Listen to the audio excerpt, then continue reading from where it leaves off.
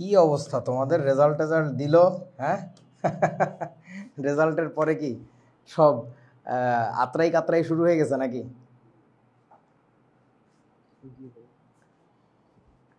আচ্ছা, ফাতিন মাহতাব তো কোনো কথা বলতেছে না, মাইকটা অফ রাখো। ওকে, সো তোমাদেরকে একটু বলি মোটা দাগে। আসলে ভাই, স্টুডেন্ট হচ্ছে এই পর্যায়ে এসে দুই রকমের আমরা দেখব। কয় রকমের বলেন? দুই রকম, মানে ইন জেনারেল, ঠিক আছে? এর বাইরে আরো বহুত ক্যাটাগরি করা যায়, বাট ইন জেনারেল দুই রকমের। একটা হচ্ছে তোমার পাখনা গজাবে, ডানা গজাবে, ঠিক আছে না? মানে বেশি ভাব চড়ে যাবে। আমার কলেজের কিছু বন্ধুদের কথা মনে পড়তেছে। আমাদের তো বয়েজ কলেজ ছিল, সো ওরা ব্যাগের মধ্যে বিভিন্ন কিছু নিয়ে ঘুরে বেড়াইতো সেই আমলে। বোঝো না, আমাদের আমলে তার ফেসবুক ইউটিউব ছিল না, সেই আমলেই বাইরে সে কি পাকনা, তাদের ভাব দেখলে অন্য জায়গায়। তারা গোল্ডেন এ প্লাস পাইছে, ওরে সর্বনাশ। আমাদের সময় এ প্লাসই পায় না মানুষ, গোল্ডেন এ প্লাস যারা পাইতো বুঝোস, তাদের তুই ত্রিসীমানা যেতে পারবি, এমন একটা অবস্থা। ওকে, সো এই একটা ধরন। আর একটা ধরনের পোলাপেন হচ্ছে আমার মতো। সেটা হচ্ছে যে ভাই প্যারায় আছে, রেজাল্ট এক্সপেক্টেড হয় নাই, পাশের বাসার আন্টি কেমন বেকা চোখে তাকাচ্ছে, আম্মুকে কিছু বলতে পারতেছি না, আব্বুকে কিছু বলতে পারতেছি না। সো এরা আবার করে কি, এদের মধ্যে আবার দুইটা টাইপ করা যায়। একটা হচ্ছে মন খারাপের তোড়ে সোজা হয়ে আর দাঁড়াইতে পারে না। তোরা মনে আমার কথা বুঝিস নাই। মোটা দাগে দুই প্রকার, একটা হচ্ছে কি পাখনা গজাবে, আর একটা হচ্ছে কষ্টে আছে। এই কষ্টে থাকা মানুষজনের মধ্যে আবার দুইটা টাইপ। একটা হচ্ছে তোমার কি কষ্টতে ভেঙে চুরে যাচ্ছে, আর একটা হচ্ছে আবার আমার টাইপ, কষ্টের মধ্যেও হাসতে পারে। এই কথাটা তুমি কবি নজরুলের কাছ থেকেও শিখবা। বিদ্রোহী কবিতায় উনি বসে বলছিলেন নাকি দাঁড়ায় বলছিলেন জানি না, উনি বলছিলেন আর কি যে আমি জাহান নামের আগুনে বসিয়া হাসি পুষ্পের হাসি। মানে বুঝো, ফুলের মতো আমি হাসতে পারি। ফুল যেমন সারাদিন হেসে থাকে, ফুলের চেহারা দেখলেই মনে হয় কি হাসতেছে, মানে that's a smiling gesture. So ওই জাহান নামের আগুনের মধ্যে বসেও হচ্ছে পুষ্পের হাসি হাসবে, শত কষ্ট বুকে। ও কাউকে বুঝতে দিবে না।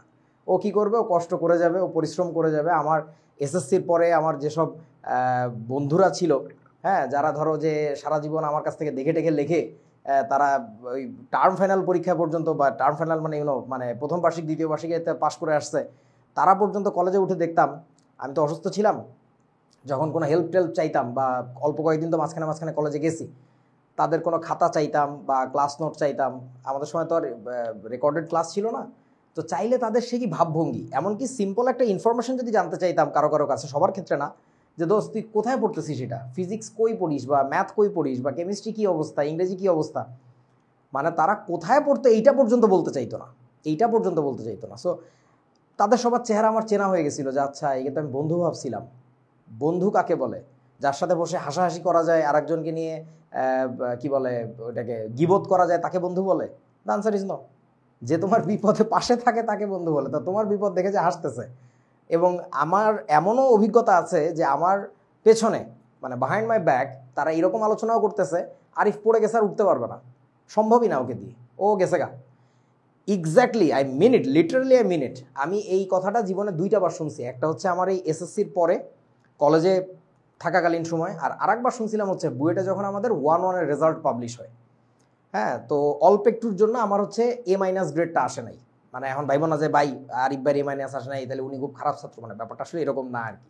আমি ভার্সিটি দুটো একেবারে পড়ালেখায় মনোযোগ দেই নাই, এটা তোমাদের বলতে চাই না, এটা বললে তোমাদের উপরে খারাপ ইম্প্যাক্ট পড়ে। যাই হোক, তো এখন ঘটনা হচ্ছে, আর প্রথম টার্মের রেজাল্ট অনেকের খারাপ হয়। তো ওই কথাটা আমার কানে আরেকবার আসছিল যখন আমি ওই যে বুয়েটে 1-1 রেজাল্ট দিছিল। প্রথম টার্মের রেজাল্ট যখন দেয়, তখন নাম বলবো না, ও এখন বুয়েটের অ্যাসিস্ট্যান্ট প্রফেসর। সো ওর মুখ দিয়ে শুনছিলাম যে আরিফ তোমার নামে না এই কথাগুলো বলতেছে। মানে তখন আমাদের বন্ধুদের মধ্যে তুমি সম্পর্ক চলে আর কি। আর ও একটু বেশি ভদ্রসদ্র টাইপের ছিল, ভালো ছেলে, এমনি ভালো ছেলে। সো ও এসে আমার কাছে বলে দিছিল যে তোমার পেছনে ওরা এই কথাগুলো বলতেছে। তারপরে আমি প্রমাণ পেলাম আরও কয়েকজনের কাছে যে হ্যাঁ, ওরা এইসব আলোচনা করতেছে। তো ব্যাপারটা হচ্ছে কি, দেখ ভাই, তাতে আমার কিছু আসে যায় নাই, আমি এগুলো শুনে হেসে উড়াই দিতে পারি। কারণটা কি, নজরুলের কবিতাটা বলেন, বিদ্রোহী কবিতার লাইনটা কে পারবেন?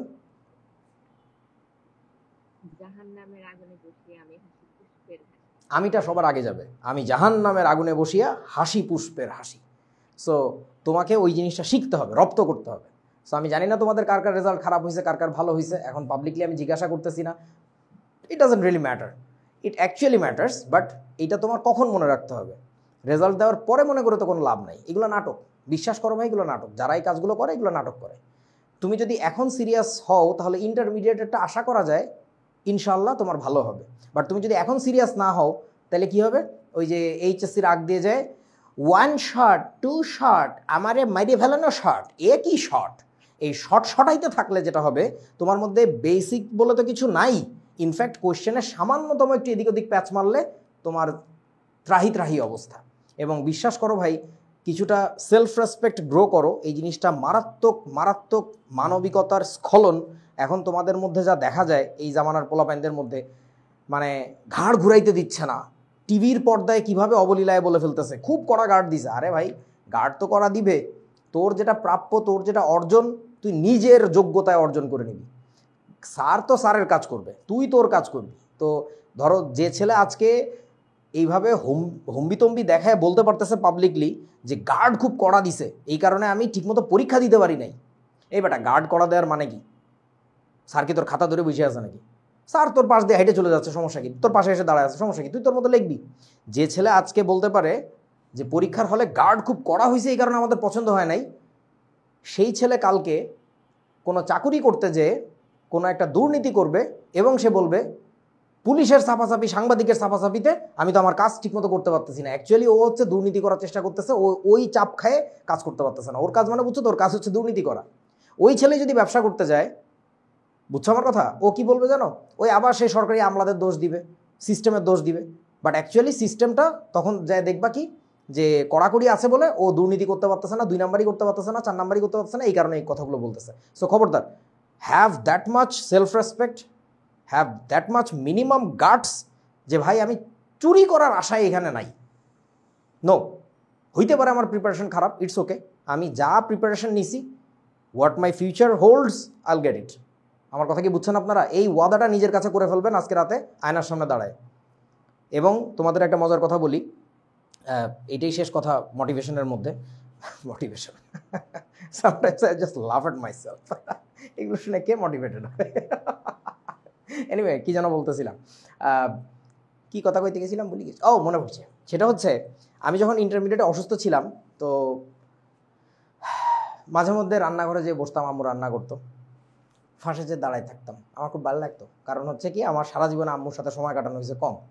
মানে ওই যে আসো না অনেকে আম্মুর সাথে খুবই পুতুর পুতুর সম্পর্ক, আম্মুর গালে চুমা দাও বা আম্মু তুমি আম্মুরে যে জড়ায় ধরো, আমার আম্মুর সাথে এরকম না। মানে ভয় পাইতাম আর কি, দূরে দূরে থাকতাম। হ্যাঁ, তো তোরা আম্মুকে অনেকে তুমি করে বলিস, ওরে বাবা, আমার তো কল্পনাও আসে না এখনো। তো এখন ঘটনা হচ্ছে আম্মুর সাথে সময় কাটানো হয়তো খুবই কম, ভয়ে ভয়ে থাকতাম সবসময় দূরে দূরে। কিন্তু যেহেতু অসুস্থ ছিলাম, অসুস্থ থাকলে তো আর আম্মু বকা দিবে না। হ্যাঁ, তো ওই সময়টায় হয়তো কি ইন্টারমিডিয়েটে থাকতে প্রচুর আম্মুর সাথে মোটামুটি সময় কাটাইছি রান্নাঘরে। তো এই রান্নাঘরে যখনই বসতাম তখন আমার এক ভাইগনার গল্প শুনতাম বারবার। তো আমার সেই ভাইগনাটার গল্প আবার অনেক মজার। ওর নামও আমার মতো কাছাকাছি, ওর নাম হচ্ছে আরাফ ছিল। তো আমার ওই ভাইগনা হচ্ছে কি, ছোট থাকতে ও খুবই দুষ্টু প্রকৃতির ছিল, মানে পুরো এলাকা বিখ্যাত যে এই পোলাটা দুষ্টু ফাজিল। কিন্তু ওর হচ্ছে ক্লাস 6-এ সম্ভবত আমাদের সময় ক্যাডেট কোচিং হইতো। তোমরা অনেকে করছো না ক্যাডেট কোচিং? নাকি বোঝা না ক্যাডেট কোচিং কি? ওই যে ক্যাডেট কলেজে ভর্তির জন্য যে কোচিং। হ্যাঁ, তো ওই ক্যাডেট কোচিংও করছিল একজন স্যার, ছিল আমাদের এলাকায় খুব বিখ্যাত, হাকিম স্যার সম্ভবত নাম ছিল, বয়স্ক লোক। উনি ক্যাডেট কলেজের টিচার ছিল আগে নাকি জানো, বাট প্রচণ্ড কড়া, পিডায় পোলা বাইন্ডা সোজা করে ফেলে একদম। তো ওই স্যারের কাছে ও হচ্ছে 6 মাস 1 বছর কোচিং করলো। করার পরে রে ভাই, ওর মধ্যে না কি জানি এটা চলে আসলো। যে ছেলে আগে কোনো রকম মেরিট পজিশন তো দূরে থাক, ক্লাসের পরীক্ষাগুলোতে কিছুই থাকতো না, তাকে পুরো এলাকা বাজে ছেলে, বাজে ছাত্র হিসেবে চিনতো, সেই ছেলের একটা অনন্য পরিবর্তন আসলো। মানে ভয়াবহ, হয় না মাঝে মধ্যে হঠাৎ হঠাৎ কারো পরিবর্তন আসে। এবং আফটারওয়ার্ডস ও ক্যাডেট কলেজে তো গেল না, চান্স পাইছিল কিনা আমার জানা নাই, বাট ওর একটা ভয়াবহ পরিবর্তন হয়েছিল। এবং এই পরিবর্তনের ফলাফলটা তার আলটিমেটলি দেখা গেছিল বুয়েট ভর্তি পরীক্ষায়। ও তো এসএসসি এইচএসসি 2 জায়গাতেই গোল্ডেন A+, গোল্ডেন নাকি A+ পাইছে আমি জানি না, বাট ভালো রেজাল্ট, মারাত্মক ভালো রেজাল্ট। এবং বুয়েটে সে মারাত্মক ভালো করে, ওর মেরিট পজিশন সম্ভবত ছিল 152 বা কিছু একটা। তো আর আমার তো ভাই 751, বুঝতেই পারতেছো কি একটা বিশ্রী অবস্থা, বাইকনা মানুষ আমার। তো ওই আরাফের কথা আম্মু বারবার আমাকে বলতো যে আরাফ আর আমি তখন আবার একই কলেজে পড়ি, আমাদের খুলনা পাবলিক কলেজে। তা আম্মু আমাকে আরাফের উদাহরণ দিত যে আরাফ তো খুব ভালো করতেছে, শুনতেছি কলেজে এসএসসিতে A+ পাইলো, তো তুই কি করবি আল্লাহ জানে, তোর বাবার তো টাকা পয়সাও নাই।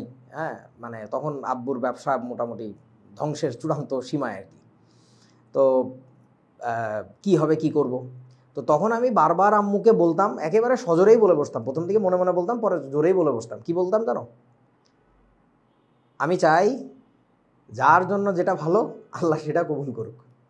মানে ধর আমার জন্য, তখনও তো আমি ইঞ্জিনিয়ারিংয়ের টার্গেট নেই, তখন আমার প্ল্যান ছিল খুলনা ইউনিভার্সিটিতে আমি ইংরেজিতে পড়বো আর কি। তো মানে আমার ততদিনে দৃষ্টি সীমানায় সবচেয়ে বড় বিশ্ববিদ্যালয় হচ্ছে খুলনা বিশ্ববিদ্যালয়, আমি ঢাকা বিশ্ববিদ্যালয়ের নামও শুনি নাই। তো আর বুয়েট তো প্রশ্নে ওঠে না।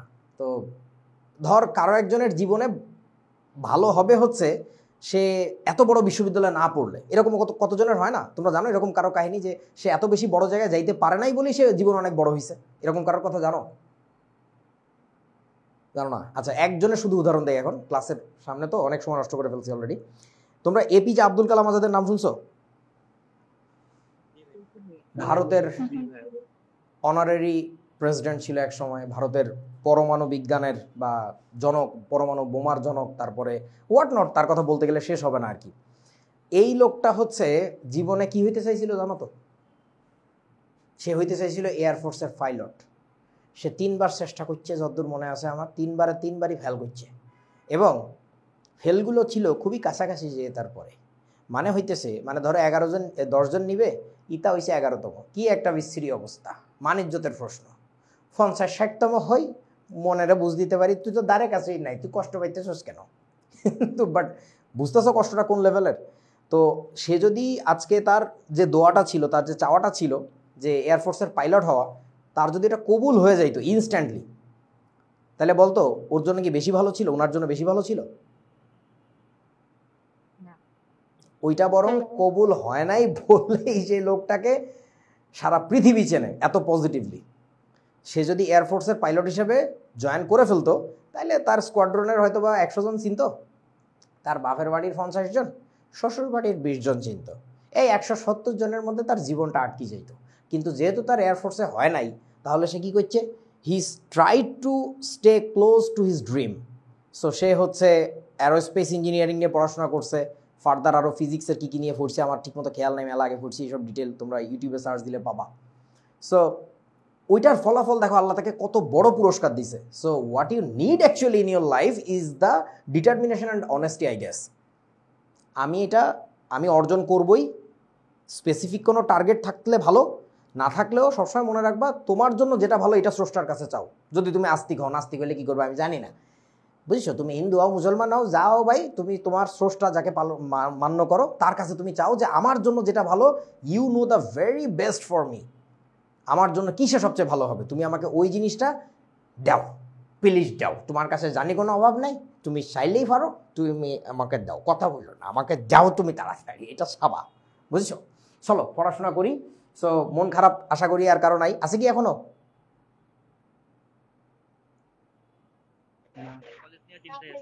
ও, তোমরা আবার কলেজ নিয়ে চিন্তায় আসো, এইটা একটা সমস্যা। দেশে যতদিন না ঠিক করতে পারবো ততদিন এসব সমস্যা থাকবে। বাচ্চারা আমাদের এমন সিস্টেমের ভিতর দিয়ে যাইতেছে, এদেরকে কখনো শান্তি দেওয়া হইতেছে না। এই কারণে তোমরা অশান্ত থেকে থেকে জীবনটায় হতাশ হয়ে পরে বড় হয়ে উল্টাপাল্টা কাম করো। উল্টাপাল্টা মানে কি? তুমি করাপশনের সাথে জড়াও, নাহলে আরও অনেক ছাতার মাথা করো। যাই হোক, কি আর করব, আমার কথা তো কেউ কারো কানে যায় না, তোদের কানেই যায় না, কার কানে কি যাবে, দূর ছাতা।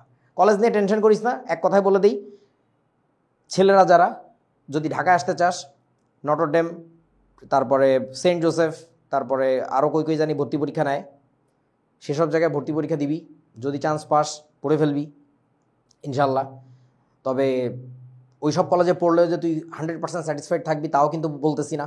Definitely all of them have got some problems, including everyone else's, মানে এটা ড্যাম ট্রু, ঠিক আছে। আর 2 নাম্বার হচ্ছে কিছু বিখ্যাত কলেজ আছে ডিআরএমসি টাইপের, এগুলোর কথাও শোনা যায়। আর যে কোনো সময় কলেজ চুজ করবা হচ্ছে কলেজের সুনাম দেখবা, তবে সেই সুনামটা হচ্ছে মূলত, আমি যেটা বলি, একটা কলেজ ভালো হয় কি করলে? তার চেয়ার টেবিল ভালো হইলে, কি ভালো হইলে? রেজাল্ট ভালো হইলে। ওরে বাবা বলদের দল, রেজাল্ট তো পয়সা দিয়ে কেনা যায়। ওই যে একটা স্কুলের কথা শুনছো, 320 জনের মধ্যে 320 জন এভিলাস পাইছে, হ্যাঁ, ওই পয়সা দিয়ে কিনছে আর কি। নরসিংদীতে, রাইট। এরকম বহু উদাহরণ আছে, বুঝছো? ওই রেজাল্টের কথা বাদ দাও। আমার গতকালকে পাবলিশ করা ভিডিওটা তার মানে তোমরা দেখো নাই। তোমরা তো এই যে বললাম না, এটাই মজার ব্যাপার, তোমরা আমার কথাই শোনো না, তার বাইরের মানুষ আর আমার কথা শুনবে কি? সো রেজাল্টের যে ব্যাপারটা, রেজাল্ট তোকে দিচ্ছেটা কি? কোন গালিটা বুঝছস তো? ও যে তোকে রেজাল্টটা দিচ্ছে, ওর যোগ্যতা কি? ওই রেজাল্ট দেখা যাবে না। বি সেলফ ডিপেন্ডেন্ট, নিজের কাছে অনেস্ট থাকো, নিজের নৈতিকতা জাগ্রত করো। কথা সহজ, আমার সব ভুলে যাও, কোনো মুরব্বীরে মানার দরকার নাই। না আরিফ ভাই, 1 নম্বরে আরিফ ভাইরে বাদ দাও, ইতার কথা শোনারই দরকার নেই। আমার ভিডিও দেখিস, এমনি মানার দরকার নেই। সো ব্যাপারটা হচ্ছে রেজাল্ট দেখবা না, কি দেখবা জানো? সেটা হচ্ছে কমিউনিটি কেমন। কমিউনিটি মানে কি? যাদের সাথে তোমার ওঠা বসা হবে, চলাফেরা হবে, সেই ছেলেগুলো সেই মেয়েগুলোর মন মানসিকতা কেমন, তাদের প্রিভিয়াস রেকর্ড কি বলে, যে এই স্কুল থেকে বা এই কলেজ থেকে, স্কুল তো না, কলেজ থেকে অতীতে কতজন ভালো ভালো বিশ্ববিদ্যালয়ে চান্স পাইছে, এইটা দেখবা। 1 নাম্বার কথা। রেজাল্ট দেখবা না। রেজাল্ট A+ সবাই পায়, না পাইলেও কিছু আসে যায় না। রেজাল্ট দিয়ে কার ঘোড়ার ডিম, ওই ছাতা বাদ দাও, রেজাল্ট কে বললে রেজাল্ট একদম থাপড়ানো। শোন, 1 নাম্বার কথা এটা। 2 নাম্বার জিনিসটা যেটা দেখবা, 1 নাম্বার দেখবা কমিউনিটি বলছি, 2 নাম্বার যেটা দেখবা সেটা হচ্ছে কি, যদি ভালো কমিউনিটি না পাও, যে ভাই লবডঙ্কা পাইতেছি, যা পাইতেছি সবই লবডঙ্কা বুঝো, মানে হরে নড়ে ছড়ে, মানে এর জাতের না কোনোটা, কোনো সমস্যা নেই, ঢুকে যাবা। তবে সেই ক্ষেত্রে আবার প্রায়োরিটি দিবা কোনটাকে জানো? একেবারে অন ক্যামেরা সত্যি কথা বলে দিতেছি, এটা আমাদের আমল থেকে দেখিয়ে আসতেছি, এই পরিবর্তন হইতেছে না, হবে যেদিন আমি শিক্ষামন্ত্রী হবো, নাহলে দেশের কিছু একটা হবো ইনশাল্লাহ, তার আগে হবে না, আল্লাহ চাইলে তখন হবে আর কি। যে জিনিসটা দেখবা সেটা হচ্ছে, যে কলেজে তোমাকে প্যারা দিবে কম, বোঝো নাই? ক্লাসে অনুপস্থিত থাকলে 200 টাকা জরিমানা, মাঠের মধ্যে দাঁড় করায় রাখে, অথচ তারা ক্লাসের মধ্যে নিয়েও পড়াচ্ছে না। হ্যাঁ, 3 দিনে 2 চ্যাপ্টার শেষ করে দিছে। এ কি তামাশা! এগুলো মিথ্যা কথা না, তোমরা বড় ভাইদের সাথে কথা বললেই টের পাবা, বড় বাবুদের সাথে কথা বললেই টের পাবা। প্রতিটা কলেজে কম বেশি চলে। সো ওই বুলশিট জিনিসগুলা তোমাকে যেখানে প্রেশার কম দিবে সেইখানেই পড়বা। খুলনা নিয়ে আজকে জানি কে কথা বলতেছিল, জিম মনে হয় নাকি, জিম তো ক্লাসেই নেই নাকি। সো এই যে আমি যদি আমার কলেজের উদাহরণই দিই, দেখ ভাই, আমার কলেজ খুলনা পাবলিক কলেজে খুব কড়াকড়ি ছিল, ভয়াবহ, এই কলেজে আসতে হবে। তো আমি বেঁচে গেছি অসুস্থ, আমি কি করতাম? আমার বন্ধুদের কাছে শুনতাম যে ওদের খুবই কষ্টে দিন যায়। কেন? ওই সকাল থেকে বিকাল পর্যন্ত ক্লাস করি, এরপরে আবার বিভিন্ন স্যারের ব্যাচে দৌড়াও, কারণ আলটিমেটলি পড়াশোনাটা তো, লার্নিংটা তো হয় স্যারের ব্যাচে। মানে একেবারে অনেস্টলি স্পিকিং, একেবারে নির্লজ্জের মতো স্পিকিং, আই উইশ এই কথাটা কাইটা সাধ্য, যাই হোক, শিক্ষাটা হইতো যে আপনাদের নিয়ে এত বাজে কথা বলতেছে, তারপরে এসে আমার মামলা করতো, তারপরে আমি দেখাইতাম প্রমাণকারে, কয় দেখেন আপনি কলেজে কী করছেন। সো যাই হোক, এখন ঘটনা হচ্ছে যে কলেজে যেহেতু হইতেছে ফাইজলামি, যেহেতু তারা ঠিকমতো পড়াচ্ছেন না, তাহলে তার কোনো অধিকার আসলে নাই যে আমাকে জোর করে কলেজে আনানোর জন্য এই হম্বিতম্বিটা করার। সো আমাদের সময় আমি তো খুলনা পাবলিক কলেজের, আমাদের কলেজ অনেক ভালো ছিল আলহামদুলিল্লাহ, বাট তাও আসলে not up to the mark. কিন্তু আমাদের সাথে টক্কর মারার মতো একটা কলেজই ছিল, সেটা হচ্ছে city college, Khulna city college বলে আর কি, Majid Memorial city college. So ওই কলেজের এই প্রিভিয়াস রেকর্ড অনেক ভালো, পাবলিক কলেজেরও ভালো, আমাদের কলেজেরও ভালো ছিল, কিন্তু ওদের কি সংখ্যাটা অনেক বেশি হইতো, কারণ স্টুডেন্ট সংখ্যাও বেশি ছিল ওদের। কিন্তু তারপরেও না, ওই কলেজের পোলাপানের মুখে হাসি থাকতো, আমাদের মুখে হাসি থাকতো না, আমাকে মুখটায় থাকতো এরকম। কেন জানো? কারণ এই যে কলেজের চাপ খায়া তারপরে আবার ব্যাচে পড়া, এই দুইটাতে তাল হারায় ফেলতাম। কিন্তু ওদের দেখতাম হাসতে খেলতে, খুবই ফ্রেশ মাইন্ডে ব্যাচ কোচিং করতো, কোনো সমস্যা নেই। আবার ওই কলেজে যেহেতু ছেলে মেয়ে একসাথে ছিল, অনেক উর্কিস পার্কিস ছিল, বড় হয়ে গেছে, এখন বলতেছি এগুলো করবা না ভাই, বিপদে পড়বা। কিন্তু তুমি যদি বলো আমি শাওন রেজা ভাইয়ের ভিডিও দেখেছি, সেখানে উনি ফার্স্ট ইয়ারে কোন ক্লাসটা থাকতে জানি 2তে থাকতে প্রেম করেছে, তাই আমিও প্রেম করব, আমিও খুব ভালো করবো, একদম কিলে মারি বলবো, everyone is not meant to be Shaon Reza, everyone is not meant to be. বাংলাদেশের মানুষের এই জিনিসটা বুঝে আসে না, যে ধর এক্সেপশনাল কিছু মানুষের এক্সাম্পল নিয়ে তুই যদি নিজের উপরে ইম্পোজ করস, এটা this is not gonna actually happen. আর ওই মানুষগুলোর পজিটিভ সাইডের যে উদাহরণগুলো, সেইগুলো কেন তুই নিজের উপরে ইম্পোজ করিস না? ওর মধ্যে খুঁজে খারাপ ওই একটা ব্যাপার দেখছি, ওইটা আমাকে করতে হবে। একই মেন্টালিটি ভাই। শাওনের মতো তুই পরিশ্রমী হ, শাওনের মতো মেধাবী হ, ফোকাসড হ। ওর সাথে তো আমি তো জানি তো পোলাটা কী পরিমাণে ফোকাসড, যেটা করবে মানে করবেই, তুই যাই করিস ওটা পথ থেকে সরাইতে পারবি না। কিন্তু এই টাইপের কিছু না, আমি দেখছি ভাই ক্লাস 2 থেকে প্রেম করে, তাই আমিও প্রেম করবো, হ্যাঁ আমি চুলে তেল লাগাইছি, এখন আমি যাচ্ছি। ও বাঘবাকুম কেমন আছো? বাঘবাকুম দিবে শেষ করি তোমারে। সো আমাদের যে সিটি কলেজের পোলাপ্যান্টটা ছিল, আমাদের সময়কার ওরা খুব হাসতে খেলতে জীবন পার করতে পারছে, অনেক এনজয় করতে পারছে। আবার ওদের মধ্যে যারা মেধাবী ছাত্র ছিল, সিরিয়াস ছাত্র ছিল, তারা কিন্তু ঠিকই তার সফলতা ছিনিয়ে আনছে। আমরা পারি নাই, আমরা পারছি ওদের মতো সংখ্যায় পারি নাই। আমাদের কলেজে ছাত্র সংখ্যায় কম ছিল। আর তারপর আর একটা ব্যাপার হচ্ছে যে আমাদের যেমন আমাদের বছর বুয়েটে 33তম বা 32তম হয়েছিল সম্ভবত, 32 না 33 খেয়াল নাই, রাতুল। ওই রাতুলের কাহিনী তোমরা জানো। রাতুলের হাতের আঁকা ছবি তোমাদের ক্লাস 9-10-এর বইতে ছিল। যত ফিজিক্স কেমিস্ট্রি বই আছে না সবগুলো দেখবা ওর গ্রাফিক্স ডিজাইনারকে রাতুল, বুয়েটে ইলেকট্রিক্যালে পড়া। ওর কার্টুন পেজের নাম সম্ভবত র্যাটস রাতুল না কি জানি, রাতুল র্যাটস কিছু একটা, RATS। এখন আমেরিকা থাকে মনে হয় আর কি। সো যাই হোক, এখন ঘটনা হচ্ছে যে সো এই রাতুলের মতো পারফরমেন্স আমাদের পাবলিক কলেজে করতে পারে নাই, কারণ ভাই ওই যে জ্বালার যন্ত্রণা এই আর কি। সো তাহলে আবারও বলে দিচ্ছি, ইন এ নাটশেল, কলেজ বাছাই করার সময় চেষ্টা করো সবচেয়ে ভালো কলেজে যাওয়ার। পরীক্ষা দিয়ে যে জায়গায় নেয়, মেয়েরা হইলে হলিক্রস, ছেলেরা হইলে তো ইউনো দ্য থিং। যদি সেসব জায়গায় না হয় বা না ইচ্ছা থাকে, তাহলে কি করবা, তোমার যে এলাকা আছে এলাকায় থেকে একটা কলেজে পড়ো, বুঝছো। তবে 26 ব্যাচেরই অনেক পোলাপাইনের তোমাদেরকে স্ক্রিনশট দেখাইতে পারি, মেসে থেকে পড়তে যায় অনেকের কিন্তু জীবন তামা তামা হয়ে গেছে। এগুলো সাবধান থাকবা যে তুমি ঢাকা এসে একটা লবডঙ্কা কলেজে ভর্তি হবা নাকি তোমার এলাকার লবডঙ্কায় ভর্তি হবা। এলাকার লবডঙ্কায় ভর্তি হলে তো একটা সুবিধা আছে, বাড়ির ভাত খেয়ে তুমি ক্লাস করতে পারবা, মায়ের আঁচলের নিচে থাকতে পারবা, এটা খুব কাজে লাগবে আর কি। আর আরও কিছু ব্যাপার আছে এখানে আর কি, অ্যাজ এ দূরও অনেক মোটিভেশন হয়ে যেতেছে পড়াশোনা করি। বুঝছস তোর আমার কথা নাকি? আচ্ছা ঠিক আছে, চলো। আর এইসব কলেজ টলেজ রিলেটেড ব্যাপারে কারো কিছু জানতে হলে আমাকে খুচখুচ ইনবক্সে পাঠাবানা মেসেজ, এগুলো তলায় যায় হারায় যায়, এগুলো গ্রুপে আলোচনা করবা, তাহলে মানে আলোচনাগুলো চললে আমি রিপ্লাই দিব আর কি ইনশাল্লাহ। চলেন আজকে আমরা 4 নাম্বার ক্লাস, সালাম দেওয়া হয় না, আসসালামু আলাইকুম। আমরা এখন পড়ব হইতেছে চার্লসের সূত্র থেকে কেলভিনের স্কেল প্রতিষ্ঠা করে ফেলবো, একদম প্রতিষ্ঠা করে ছাড়ি দিব। চার্লসের সূত্র সম্পর্কিত গাণিতিক সমস্যা বলি, বয়েল আর চার্লসের সমন্বয় সূত্র। সমন্বয় সূত্রকে আমরা ইংরেজিতে বলবো হচ্ছে combined law of Boyle and Charles. আর বয়েল ও চার্লসের সমন্বয় সূত্রে সম্পর্কিত গাণিতিক সমস্যা বলি। চলো, আমরা গতদিন হচ্ছে পরম তাপমাত্রা স্কেলটা নিয়ে একটু কথাবার্তা কি বলছিলাম নাকি বলি নাই বলো তো? পরম তাপমাত্রা স্কেল বলা হয়েছিল? আচ্ছা, আমি একটু খুব দ্রুত দেখায় যাই যে আমি কি বলছিলাম। চার্লসের সূত্র থেকে আমরা একটা মানে গাণিতিক রূপ পাইছিলাম যে VT = V0 plus V0 into ছোট হাতের টি ডিভাইডেড বাই কত, 273। যেখানে আমাকে একটু মনে করে বলো এই ছোট হাতের টি জিনিসটা কি?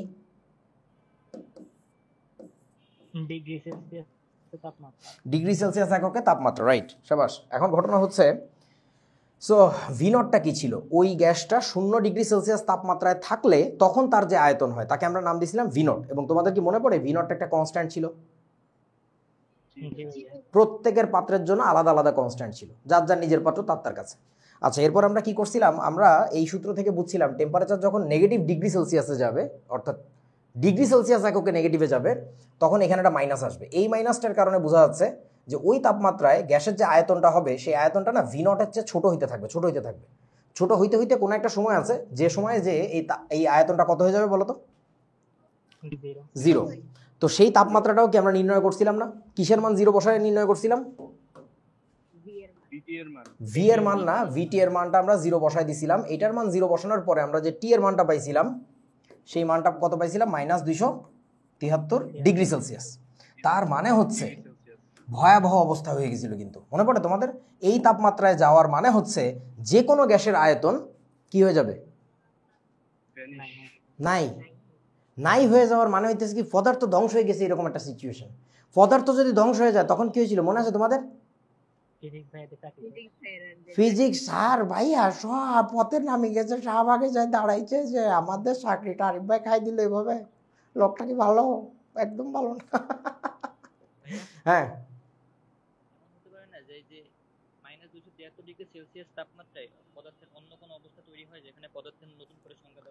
আসলে পদার্থের ওই 0 মানে -273-এ যাওয়ার কিছুক্ষণ আগেই আমরা পদার্থের নতুন একটা অবস্থা পাই। ওই অবস্থাটাকে আমরা বলি মূলত বোস-আইনস্টাইন কনডেনসেট, যেটা তোমাদেরকে মনে হয় আমি এন্ড গেমে বলছিলাম কি না, বলছিলাম কি?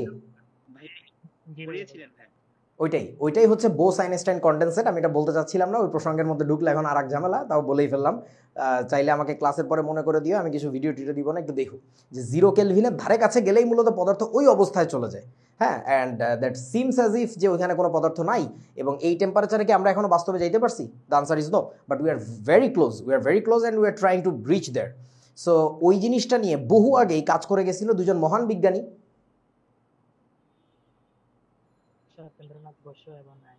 ওই জন্যই নামটা হয়েছে বোস আইনস্টাইন কন্ডেনসেট। এবার কি বোঝা গেছে? নবম দশম শ্রেণীর একটা বাচ্চাকে ডেকে নিয়ে এগুলো পড়াবা, যা যা আমি পড়াইছি এগুলো পড়াবা, তাহলে মস্তিষ্কের মধ্যে থাকবে, কাজে লাগবে আর কি। আর ওই চ্যাংড়া যদি তোমাকে 9-এ থাকতে বলে যে বোস আইনস্টাইন কন্ডেনসেট জিনিসটা কি, বলবে একটা থাপ্পড় দিয়ে মারি বলবো, যতদূর কইছি নাম মনে রাখ, ইন্টারভিউতে তারপরে শুনবি, তার আগে ওকে বলবা না। জ্ঞান অর্জন করতে হয় ধৈর্য ধরে, ধীরে ধীরে, একবারে সব গিলে খাবা ওয়ান শট, একদম ধ্বংস চুরমার হয়ে যাবা। ওকে, এবার আসেন বন্ধুরা। সো এই তাপমাত্রায় গেলে তাহলে পদার্থ বলে কিছুর অস্তিত্ব আমরা পাচ্ছি না থিওরিটিক্যালি। সো যদি এই তাপমাত্রায় গেলে না পাই, তাহলে এর নিচে গেলে কি আর কোনো পদার্থ থাকবে, বা ফিজিক্স বা ফিজিক্যাল ওয়ার্ল্ডের কি কোনো অস্তিত্ব থাকে? দ্য আনসার ইজ নো, থাকে না। যদি না থাকে তাহলে তখন আমরা বলতে পারি এই তাপমাত্রার নিচে আর কোনো তাপীয় অবস্থা সম্ভব না, কোনো থার্মাল স্টেট পসিবল না। যদি পসিবল না হয় তাহলে এইটাকে আমরা কত ধরে নিয়েছিলাম বলুন তো?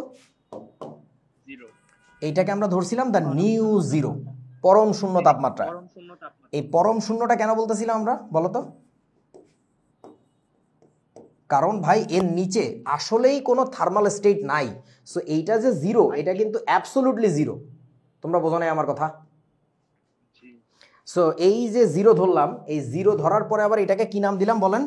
জিরো কেলভিন বলতেছিলাম, তাই না? এখন এই কেলভিন স্কেলটা তাহলে কি, এটা একটু আমাদের এবার বানায় ফেলতে হবে আর কি, ঠিক আছে? ওকে, সো এবং আরও একটা মজার ব্যাপার শোনো, এটাকে অ্যাবসোলুট বলার কারণটা হচ্ছে লর্ড কেলভিন বুঝতে পারতেছিলেন যে that is the true moment of birth of everything. মানে এই তাপমাত্রার নিচে নিয়ে গেলে বা এই তাপমাত্রায় গেলে যদি কোনো কিছুর আর অস্তিত্ব খুঁজে না পাওয়া যায়, তাহলে সব কিছুর অস্তিত্ব যখন আসছে প্রথম, থিঙ্ক অ্যাবাউট বিগ ব্যাং, তার আগে কিছু ছিল না, ওইখান থেকে যদি সব শুরু হয়, তার মানে তার আগে সব কিছু তাপমাত্রা মোটামুটি, তোমরা বোঝো না আমি কি বুঝাইতেছি?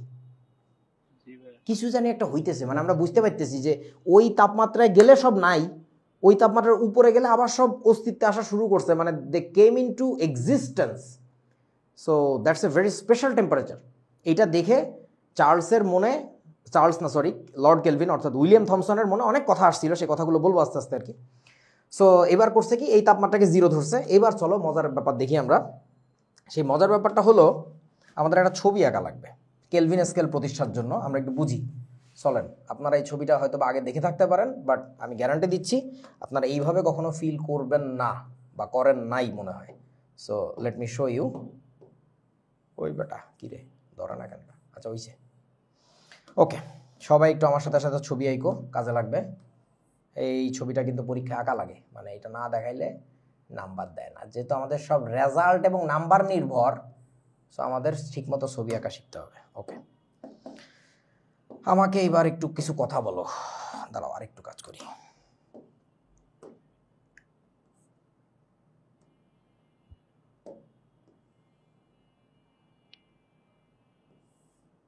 ওই হয়েছে।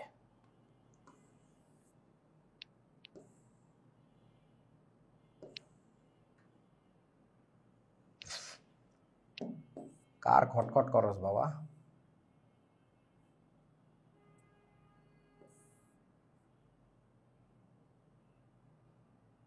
ওকে চলো হয়েছে।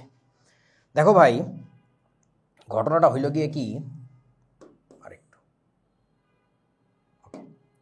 ঘটনাটা হইল গিয়ে কি, এইটাকে ধরলাম আমরা 0 ডিগ্রি সেলসিয়াস ধরলাম। তার এক ঘর উপরে যদি একটু তাপমাত্রা উঠে তাকে আমরা কি বলি বলেন তো?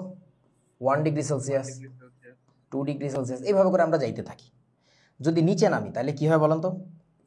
-1 ডিগ্রি সেলসিয়াস, -2 ডিগ্রি সেলসিয়াস, এইভাবে যাইতে থাকে। এখন এরকম নামতে নামতে নামতে নামতে সর্বোচ্চ কত দূর নামে আমাকে একটু বলো তো?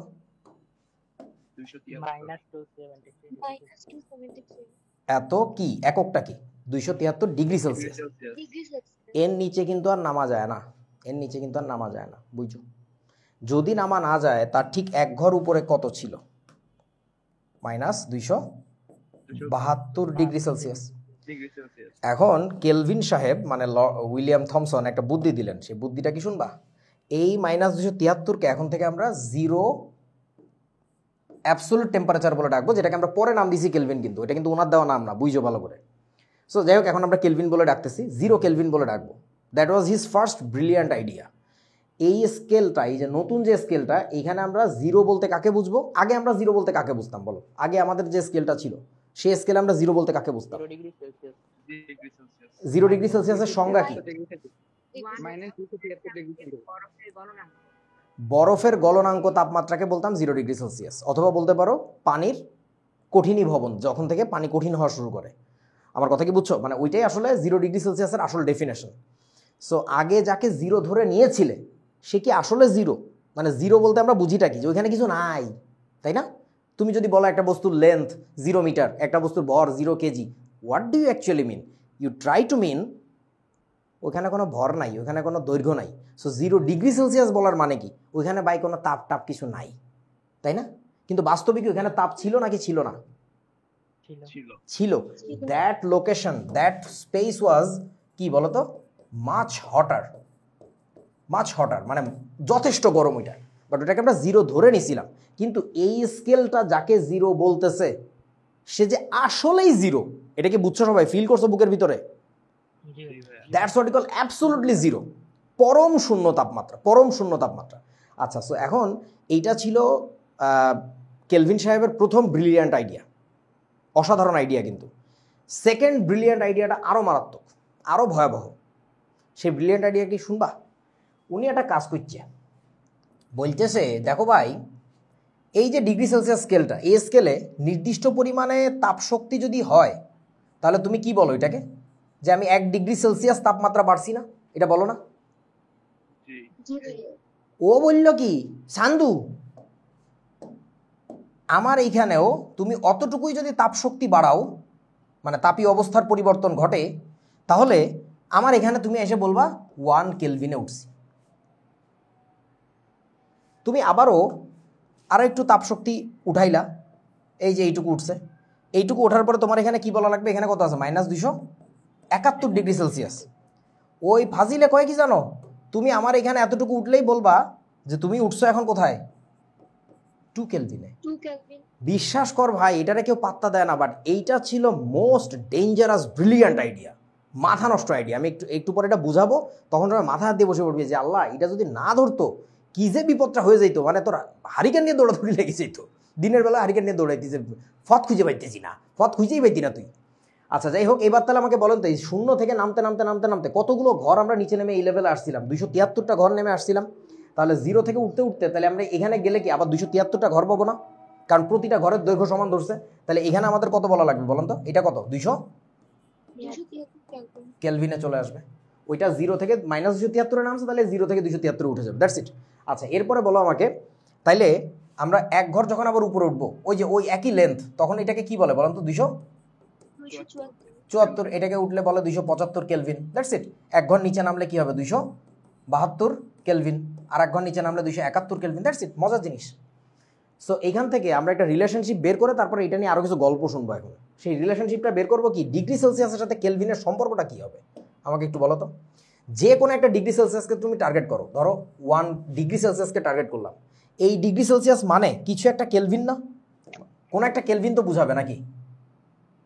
সেই কেলভিনটা কত একটু তাকায় দেখেন তো। তাহলে কি করলে হচ্ছে? ছোট হাতের টি এর সাথে, ছোট হাতের টি বলতে বুঝছো ডিগ্রি সেলসিয়াস তাপমাত্রা বোঝাচ্ছি, এটার সাথে যদি আমি 273 যোগ করি তাহলে দেখেন তো কি পাচ্ছি আমরা? বড় হাতের টি পেয়ে যাচ্ছি না? মানে কেলভিন স্কেলে ওটার ভ্যালুটা কত? কেউ বোঝা না আমার কথা? ওই সেম জিনিস তুমি এখানেও চেক করে দেখতে পারো। ছোট হাতের টি এর মানটা হচ্ছে -273, তার সাথে আবার 273 যোগ করো, দেখবো ওই যে জিরো হয়ে গেছে, ওই যে জিরো পাওয়া গেছে। তাহলে এটাকে আমরা কি করব? বড় হাতের টি কেলভিন লিখে দিব আর কি। So that's the relationship between degree Celsius and Kelvin scale temperature. এই এই মানে কি বলে, এই ফর্মটা মনে রাখবে, এটা আমাদের কাজে লাগবে। আচ্ছা, সো ওই জিনিসটাকে আমাদের এখানে ছবিতে দেখানো হয়েছে। কিভাবে দেখো, এই ছবিটা তোমরা দেখতে পাচ্ছ কিনা জানি না ভালো করে। এখানে হচ্ছে এই যে the freezing point of water, এটা কি লেখা দেখা যায়? The freezing point of water মানে পানির কঠিনীভবন তাপমাত্রা কত? এটা এইখানে লেখা হচ্ছে ডিগ্রি সেলসিয়াস। তাহলে ডিগ্রি সেলসিয়াসের এককে যখন 0 ডিগ্রি সেলসিয়াস হয় তাকে আমরা বলছিলাম পানির ফ্রিজিং পয়েন্ট। ওইটাকে আমাদের কেলভিনের যে স্কেল তাকে বলা লাগবে কি বলেন তো? 273। তাহলে এই নিচে নামাইতে থাকো নামাইতে থাকো এক ঘর করে, এ নামতে নামতে যেখানে সর্বনিম্ন নামতে পারে -273, কি লেখা দেখতে পাচ্ছিস একটাও? ও তাহলে ভালো। তাহলে যেখানে -273 দেখা যাচ্ছে সেখানে এ নামতে নামতে কোথায় আসবে বলেন তো? জিরোতে। এ উঠতে থাকলে 100তে যখন যাবে এর 100 ঘর উঠবে, এর হয়ে যাবে 373। That's it. So that is the relationship between Kelvin scale and degree Celsius scale. আচ্ছা, এবার এই আইডিয়াটাকে না আমি আরেকটু ভালো করে বোঝানোর চেষ্টা করি। সেটা হচ্ছে, দেখ আমি একটু ওই ছবিটা কপি করে নিয়ে আসি। হ্যাঁ, দূর এত কপি টপি লাগবে না, আমি বাংলা দেখাই, বাংলা সিস্টেম বুঝো। দেখো, তোমাদের মধ্যে ইঞ্জিনিয়ারিং পড়তে চাও কে কে বলো? হাই হাই, কেউ পড়তে চায় না? সব আমি করতেছে, নাম কেউ কয় না। আইপিতে পড়তে চাস? মারুফ, আচ্ছা মারুফরে দিয়ে উদাহরণ দিই। চলো, তোমরা আমাকে একটু বলো তো, এটা হচ্ছে মাটি, বুঝলে, ভূমি। ফিজিক্সের বইতে দেখো না এইভাবে ছবি আঁকে, এটাকে কি বলে জানো? এটা বলে হ্যাচ লাইন। ইঞ্জিনিয়ারিং পড়তে গেলে বলবে হ্যাচ লাইন। আচ্ছা, সো এখন এটা দিয়ে ভূমি বুঝাচ্ছি আমরা। তো আমরা যে কোনো বাড়ির যে একেবারে নিচের ফ্লোরটা থাকে, ওটাকে লিফটে কি লেখা থাকে? 0 লেখা থাকে, দেখছো না? বা জিএফ লেখা থাকে, গ্রাউন্ড ফ্লোর। তার মানে ফ্লোরের কাউন্টিংয়ের যে সিস্টেমটা, সেই সিস্টেমে 0 বলে একটা ব্যাপার আছে। সেই 0 কাকে বলে? সেই 0 হচ্ছে যেটা সর্বনিম্ন তল আমার। এখন বলতো ভাই, আগে যেটাকে আমরা 0 বলে ভাবতাম, মানে যার নিচে আর যাওয়া যায় না, আগে তো পুরান বাড়ি চিন্তা কর না, পুরান বাড়িতে কি হতো? গ্রাউন্ড ফ্লোর তো শেষ। এখন আধুনিক সিভিল ইঞ্জিনিয়ারিং এসে কি করছে বলেন তো? বেসমেন্ট বানায় ফেলাইছে, আন্ডারগ্রাউন্ড বানাইছে, কত তামাশা যে বানাইছে, বাংকার বানাইতেছে, বাংকার বাস্টিং বোমা বানাইতেছে, হাততালি দিতেছে, কি তামাশাটা লাগিয়ে গেছে ট্রাম্পের এখানে। দেখো, আচ্ছা ট্রাম্পের নাম করলে আবার ইউটিউব বাধ্য হয়ে যাবে। এখন শোন, তাহলে আগে তোরা এই লেভেলটাকে, এইখানে যেহেতু মাটি, এই লেভেলটাকে কি বলে রাখতেছিলি বলতো? 0F না? 0 ফ্লোর বলে রাখতেছিলাম। এখন মজার ব্যাপার হচ্ছে, যেহেতু প্রকৌশল চর্চার উন্নয়নের সাথে সাথে আমাদের মারুফের মতো লোকজনরা যারা সিভিল ইঞ্জিনিয়ার ছিল, তারা ধরো আবিষ্কার করছে যে এর নিচেও তো আমি যাইতে পারি, এর নিচে যাইতে পারি। এইখানে গেলে বলো তো তখন এটাকে কি নাম ডাকবো আমরা? এটা হচ্ছে -1 ফ্লোর না? কেউ বোঝে না? মতিঝিলে অনেক বড় বড় কিছু কমার্শিয়াল বিল্ডিং আছে, সেই সব জায়গায় লিফটে উঠলে তোমাকে এখানে লিফটে লেখা থাকে এরকম -1, -2, -3। মানে তুমি মাটির নিচে যাইতেছো, পার্কিং বেসমেন্টগুলো এত নিচে, ওখানে -1, -2, -3 করেও আমি দেখছি, -4 পর্যন্ত দেখছি, মনে আমার খেয়াল পড়তেছে না। ওকে, সো এখন ব্যাপারটা হচ্ছে, দেখ এই যে আছে আরও, এটা ধরো -2, এটা ধরো -3, এরকম করে নামতেছে। সো এই যে মাইনাস ফ্লোরের অস্তিত্ব যে আছে, এটা কেন বলেন তো আমাকে একটু? এই নেগেটিভ ফ্লোরের অস্তিত্বটা থাকার কারণটা কি বলো?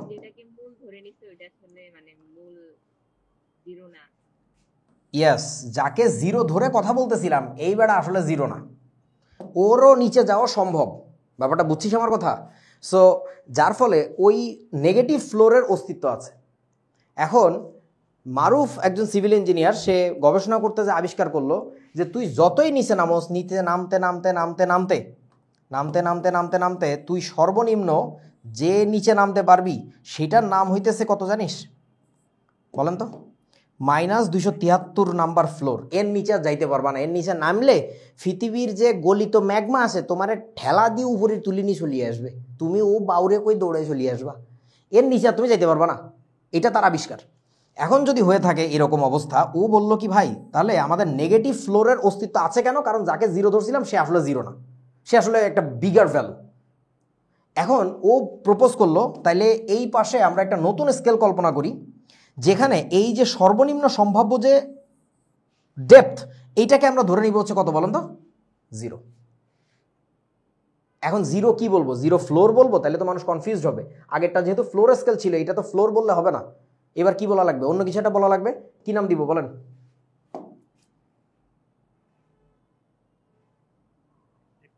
হুম, 0 মারুফ। কেন? আগের বার তুমি কেলভিনের নাম অনুযায়ী দিছিলে, এটা ওরে সম্মান দেখে নাম দিতে পারতেছো না? কথা বোঝে না আমার বন্ধুরা। এটাকে নাম দিলাম 0 মারুফ। তুমি ফোন করে জিজ্ঞেস করছো তুমি কোথায় আসো? 0 মারুফে আসি, 5 মারুফে আসি, 50 মারুফে আসি। টেকনোলজি হচ্ছে এইটা। এখন আরও বড় চালাকি যেটা করছে সেটা হচ্ছে, যতটুকু ফ্লোর ওভারকাম করলে আগে আমরা বলতাম যে এক ফ্লোর উপরে উঠছি, এখন মারুফ কি বুদ্ধি দিল বলেন, অতটুকু তুই যদি বন্ধু উপরে উঠিস তাহলে কি বলবি বল, এক মারুফ উপরে উঠছি। তাহলে আর একটু উপরে উঠি ওই একই পরিমাণে, তাহলে কি বলা লাগবে বলেন তো, টু মারুফ উপরে উঠছি। এই জিনিসটা যদি না হইতো তাহলে মহা বড় ক্ষতি হয়ে যেত। কি ক্ষতি একটু মনোযোগ দিয়ে শোনো। তোরা কি জানিস কেউ নর্মালি আমাদের যে বাসা বাড়ি, সেই বাসা বাড়িতে ফ্লোর থেকে সিলিং পর্যন্ত কত হাইট থাকে ইউজুয়ালি? আল্লাহ, মিটার দিয়ে মাপতেছে। 10 ফিট 10 ফিট 10 ফিট মনে থাকবে, 10 ফিট। সো এখন ঘটনা হচ্ছে দেখ, প্রতি 10 ফিট কোনো একটা ফ্লোর থেকে প্রতি 10 ফিট উপরে উঠলে তুই, আমি কি বলি, এক তলা উপরে উঠছি না, এক ফ্লোর উপরে উঠছি। মারুফ কি বলছে, আমার ক্ষেত্রেও তোমাকে বন্ধু একই কাজই করা লাগবে। তুমি যদি 10 ফিট উপরে ওঠো তাহলে তুমি বলবা যে এক মারুফ উপরে উঠছো। এইটা না করে মারুফ যদি এই কাজ করতো, কথার কথা, ও যদি বলতো যে ভাই তুই 8 ফিট উপরে উঠলে বলবি যে আমার এক মারুফ উপরে উঠছিস, তাহলে তোরা কি বুঝতেছিস হিসাব নিকাশ কতটা জটিল হইতো? ধরেন কেউ একজন এইখানে বসে আছে, এইখানে বসে চা খাচ্ছে, তো তুমি কত সহজে বলে ফেলতে পারো না টু মারুফ হাইটে আসি বা টু মারুফে আসি। কিন্তু যদি এমন হইতো, ও যদি বলতো যে আমি প্রতি 8 ফিট উচ্চতার জন্য বলা লাগবে এক মারুফ, তাহলে তোমরা কি বুঝতেছো এই যে, বোঝা না আমার কথা, টু মারুফে যেখানে আছে তখন সেটা ফ্র্যাকশন একটা নাম্বার চলে আসতো না, ওইটা হিসাব নিকাশে মারাত্মক জটিলতা সৃষ্টি করতো। তোমরা বুঝতেছো কিনা জানি না, উনি কিন্তু এই কেলভিন স্কেলটা বানাইছিলেন, অ্যাবসোলিউট স্কেল টেম্পারেচারটা অ্যাবসোলিউট টেম্পারেচার স্কেলটা বানাইছিলেন, তার অন্যতম কারণ ছিল হিসাব নিকাশের জটিলতা কমানো, কারণ নেগেটিভ টেম্পারেচার হ্যান্ডেল করা অনেক ঝামেলা। সো ওইটা যদি না ধরতো আলটিমেটলি আর এক ধরনের জটিলতা বেড়ে যেত, ফ্র্যাকশন চলে আসতো বারবার। So that's a very brilliant idea আমি বলবো আর কি। সো আশা করি তোমরা বুঝেছো। এই আর কি গেল। চলো এবার তারপরে এই যে এই ছবিটা বারবার আঁকাচ্ছি কেন, কারণ এইটা তোমাকে পরীক্ষার খাতায় লিখে আসতে হবে, আইকে আসতে হবে। আবারও কি করবা, প্রথমে এরকম একটা দাগ দিবা, এই দাগ দিয়ে কি করবা, এখানে কি লিখছিলাম আমি বলেন তো, 0 ডিগ্রি সেলসিয়াস। এক ঘর উপরে কত 1 ডিগ্রি সেলসিয়াস, এক ঘর নিচে -1 ডিগ্রি সেলসিয়াস, আর এক ঘর নিচে -2 ডিগ্রি সেলসিয়াস। বুঝতে পারতেছেন আপনারা? নামতে নামতে নামতে নামতে একেবারে নিচে কত হবে বলেন, -273 ডিগ্রি সেলসিয়াস। তাহলে এক ঘর উপরে কত হবে, -272 ডিগ্রি সেলসিয়াস, এরকম করে যাবে, -271 ডিগ্রি সেলসিয়াস হইল। তাহলে এই -273 ডিগ্রি সেলসিয়াস যেটা, এই বরাবর ওই পাশে কি লিখে দিবা, 0 কেলভিন। এর যতটুকু উপরে উঠলে তুমি 1 ডিগ্রি সেলসিয়াস উপরে উঠতেছো, এরও ততখানি উপরে উঠলে কি বলবো, আমি 1 কেলভিন উপরে উঠছি। বোঝা নাই আমার কথা? তাহলে এটা কি হবে, 2 কেলভিন। এইভাবে করে যেতে যেতে কোথায় যাবো আমরা, 273 কেলভিনে। তাহলে এর যেটা 1 ডিগ্রি সেলসিয়াস, এর সেটা হবে কত, 274 কেলভিন। তাহলে এক ঘর নিচে কি হবে, 272 Kelvin, 271 Kelvin. That's it. So এই পাশে কোনো নেগেটিভ অস্তিত্ব নাই, আর এই পাশে কিন্তু নেগেটিভের অস্তিত্ব আছে। That's it, that's your Kelvin scale. So এই জিনিসটা পরীক্ষা আসে প্রচুর পরিমাণে, যে চার্লসের সূত্র থেকে কিভাবে কেলভিন স্কেল প্রতিষ্ঠা করা যায়। সেটার জন্য গতদিন আমি ক্লাসে দেখানো যে লাস্ট পার্টটা ছিল, যে চার্লসের সূত্রের গভীর গাণিতিক বিশ্লেষণ, ওইটুকু দেখাইতে হবে, তারপরে ছবিটা এঁকে দিলে কাজ শেষ। ঠিক আছে, এই আর কি। সো এবার চলো আমাকে একটু একটা প্রশ্নের উত্তর দাও। এই প্রশ্নটার উত্তর দাও যা বুঝছো চার্লসের সূত্র নিয়ে। 52। কোন বস্তুর তাপমাত্রা 5 ডিগ্রি সেলসিয়াস হতে 57 ডিগ্রি সেলসিয়াস করা হলো, 5 ডিগ্রি সেলসিয়াস থেকে 57 ডিগ্রি সেলসিয়াস করা হলে বস্তুর তাপমাত্রা কেলভিন স্কেলে কত বৃদ্ধি করা হলো। মানে আমরা তো ডিগ্রি সেলসিয়াসে বাড়াইছি, তাই না? এখানে চেঞ্জ করছি কত বলেন তো, 52 ডিগ্রি সেলসিয়াস। এবার জানতে চাইছে কেলভিন স্কেলে কত বৃদ্ধি করা হয়েছে, বলো। এখানে হবে হচ্ছে 52 কেলভিন। একটা কথা একটু জেনে রাখো, সেটা হচ্ছে ডেল্টা মানে পরিবর্তন in degree Celsius scale equal to delta in Kelvin scale. Same data, পরিবর্তনটা একই হয়। পরিবর্তনটা একই হওয়ার মূল কারণটা কি বলেন তো, কে বলতে পারবেন?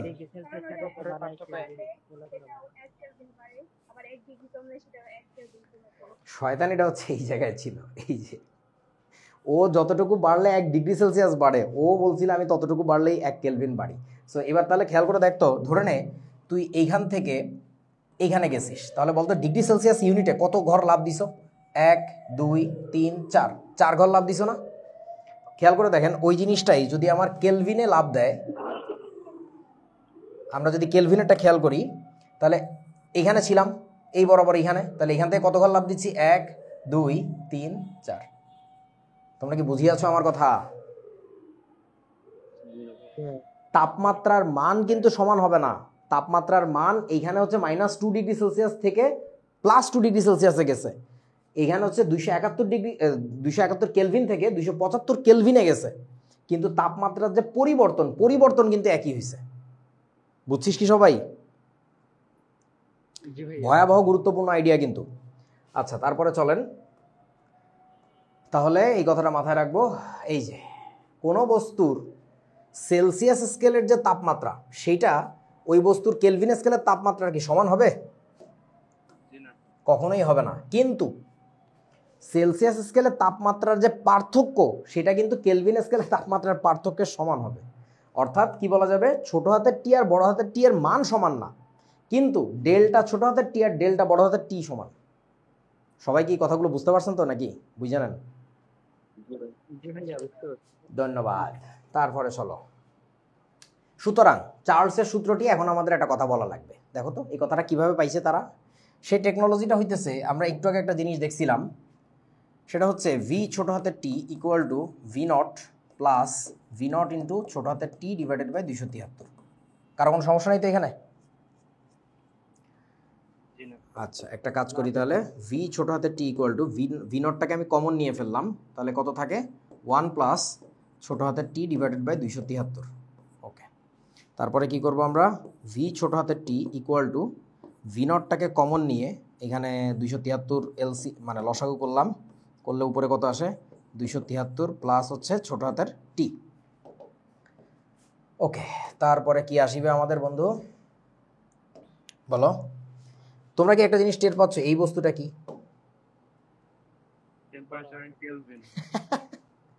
এটা তো টেম্পারেচার ইন কেলভিন। সো তাহলে এই যদি অবস্থা হয়, তাহলে আমরা একটা কথা তো বলতে পারি, সেটা হচ্ছে ভি ইকুয়াল টু V0 থাকলো ইন্টু বড় হাতের টি ডিভাইডেড বাই 273। এটা কি বলা যায় তো নাকি? ওকে, সো এই বেটা রেসপন্স কই, বুঝতেছিস না বাকিরা নাকি? জি ভাইয়া। এতগুলা মানুষ সব বোবার মতো বসে আছে। আচ্ছা ওকে, এখন ঘটনা হইতেছে ভাই, আমাকে একটু বলেন, আপনারা কি টের পাইছেন আমি একটা জিনিস ফালাই দিছি? ভাইয়া টিটা লিখেন নাই। এই ভাইয়া ছোট হাতের টিটা লেখেন নাই, সেটা আমি ইচ্ছা করে লিখি নাই। তার কারণটা হচ্ছে, যখন তুমি বলো V0, তখন আমরা কি বুঝি, 0°C তাপমাত্রায় গ্যাসের আয়তন নাকি 0 কেলভিন তাপমাত্রায় গ্যাসের আয়তন? বলেন তো। 0 কেলভিন তাপমাত্রায় গ্যাসের আয়তন হইলে তো শূন্যই হইতো। 0 কেলভিন কাকে বলে? যে তাপমাত্রায় গ্যাসের আয়তন তাত্ত্বিকভাবে কি হয়, শূন্য হয়, তাকেই তো বলে 0 কেলভিন। বুঝিস নাই? মানে 0°C ডেফিনেশন যেমন কি আজকে শিখলা তোমরা, মনে হয় একজন বলতে পারছিল 0°C আমরা কাকে বলি, যখন পানি জমাট বাড়তে শুরু করে। 0 কেলভিন যদি জিজ্ঞাসা করে যে 0 কেলভিন কি, তার উত্তর কি হবে, যে তাপমাত্রায় পদার্থ বলার দরকার নেই, গ্যাস মূলত আয়তনহীন হয়ে যায়, তাকে বলে 0 কেলভিন। এখন আমি যখন V1 লিখছিলাম, তার মানে কি বুঝেছিলাম, 1°C তাপমাত্রায় গ্যাসের আয়তন, তাই না? ভিটি লেখার কারণটা হচ্ছে T°C তাপমাত্রায় গ্যাসের আয়তন, তার মানে হচ্ছে তুমি ইনপুট দিচ্ছিলা, ইকুয়েশনের মধ্যে ইনপুট দিচ্ছিলা °C টেম্পারেচার, তার সাপেক্ষে যে আয়তনটা পাচ্ছিলাম সেটা হচ্ছে ভি স্মল টি। কিন্তু এবার আমরা বুঝাতে যাচ্ছি যেটা, এইখানে কি আমরা ইনপুট হিসাবে ছোট হাতের টি দিচ্ছি, বলুন তো আমাকে একটু। তাহলে এই ভিটা বলতেই বুঝাচ্ছি ওই টি কেলভিন তাপমাত্রায় গ্যাসের যে আয়তন, দ্যাটস ইট। মানে আগে তোমার যে ভেরিয়েবল ভলিউমটা ছিল, ভেরিয়েবল ভলিউম মানে বুঝছো তো, টেম্পারেচার চেঞ্জ করলে যে ভলিউমটা চেঞ্জ হচ্ছে বারবার, আমাদের ভেরিয়েবল ভলিউম বলে এটাকে। এই ভেরিয়েবল ভলিউমটা আগে °C টেম্পারেচারের রেসপেক্টে বাইর করতেছিল, আর এইবার কিসের রেসপেক্টে বাইর করতেছে বলো তো, কেলভিনের রেসপেক্ট। তখন আমরা ভেরিয়েবল ভলিউম ভি দিয়ে লিখি। কেন আমরা আগে করছি না, এই যে আমরা কি বলছি, ওই বয়লার সূত্র করার সময় পি চাপে গ্যাসের আয়তন ভি হইলে কি বলছি, ভি সমানুপাতিক 1/p। তার মানে কি বুঝাচ্ছি, পি এর এখানে যদি তোমার 5 লেখো, বা ধরো 2 লেখছো, তাহলে এখানেও কি আসবে, 2 আসবে। এখানে যদি 5 লেখো, তাহলে এখানেও কি আসবে, 5 আসবে। ওইটাই বুঝাচ্ছি যে এখানে টি কেলভিন যেটা আছে, ওই টেম্পারেচারের সাপেক্ষে যে আয়তন, সেটাই হচ্ছে ভি। বুঝছেন কি আমার কথা? ওকে, সো এবার আসো বন্ধুরা, সেটা হচ্ছে এখানে কিছু মজার অবজারভেশন আছে আমাদের। সেই অবজারভেশনগুলো হচ্ছে, দেখো V equal to, first of all আমি লিখতে পারি কি, V0/273 ইন্টু বড় হাতের টি লেখা যায়? অবশ্যই যায়। এইবার বলেন আমাকে, এই বস্তুটুকু কি বলেন তো, এই বস্তুটুকুর দিকে তাকায় দেখেন। হ্যাঁ, গ্যাসের তাপ প্রসারাঙ্ক তো দাদার মাতাঙ্ক দেখ, কনস্ট্যান্ট। এইটা একটা কনস্ট্যান্ট, ঠিক কিনা? জি ভাই কারণ ভি নটটা তোমার জন্য কনস্ট্যান্ট ছিল, আর 273 তো একটা সংখ্যা। তাহলে আমরা কি বলতে পারি অতএব ভি সমানুপাতিক বড় হাতের টি, টি বলা যাবে না, বড় হাতের টি। টি আর বড় হাতের টির মধ্যে বহুত পার্থক্য। কেউ বোঝে না, কোনো অশিক্ষিত আমার কথা বোঝে না, আমি চলে জি যাই। ভাই বুঝছি আচ্ছা, সো এখন ব্যাপারটা হচ্ছে, তার মানে তুমি কোনো গ্যাসের তাপমাত্রা কেলভিন স্কেলে যত গুণ করবা, 5 গুণ করলে আয়তনটাও কি হয়ে যাবে, 5 গুণ হয়ে যাবে। অদ্ভুত ব্যাপার। আচ্ছা, আরও একটা ব্যাপার শোনো, এই যে কনস্ট্যান্টটা আছে, এই কনস্ট্যান্টের একটা নাম আছে, এটাকে আমরা কি বলি বলো তো? গ্যাসের তাপ প্রসারাঙ্ক। তোমরা কোথায় শিখে ফেলছো এগুলো? বইতে পড়ছো নাকি? আপনার স্লাইডে আপনার গতকালকে ও আচ্ছা, মানে এটা কি বুঝছো তো? The rate of volume increment, কি হারে আয়তন বাড়ে। এবং তোমাদের আজকে স্লাইডে নাই, গত দিনের স্লাইডে দেখবা, ও আজকে স্লাইডে তো আমি লিখছি বারবার, এই যে এইখানেও দেখো তো, তোমাদেরকে বলছিল না প্রতি ডিগ্রি সেলসিয়াস তাপমাত্রার পরিবর্তনে গ্যাসের আয়তন কি হয়, 1/273 গুণ করে বাড়ে বা কমে, মনে আছে আপনাদের? এইখানে ওই একই রেশিওই ছিল, দেখো একই রেশিওই ছিল। তার মানে কি জানো, প্রতি ডিগ্রি সেলসিয়াস তাপমাত্রার পরিবর্তনে, কান খুলছো কি বলছি, প্রতি ডিগ্রি সেলসিয়াস তাপমাত্রার পরিবর্তনে গ্যাসের আয়তন যে পরিমাণে পরিবর্তিত হয়, এই যে পরিবর্তন বারবার বলতেছি, তার মানে প্রতি কেলভিন তাপমাত্রার পরিবর্তনেও আয়তন এক, বোঝা না? হ্যাঁ, কারণ এই পরিবর্তন তো সমান ছিল, ডিগ্রি সেলসিয়াসের পরিবর্তন মানে তো কেলভিনেরও পরিবর্তন, সেম ভ্যালু। বুঝছস তো নাকি? ওকে, ঠিক আছে, চলেন এইবার এই লোকটাকে দেখো। এই লোকটা কে? এই যে কুচু কুচু দাড়ি তোমার দাদার মতো,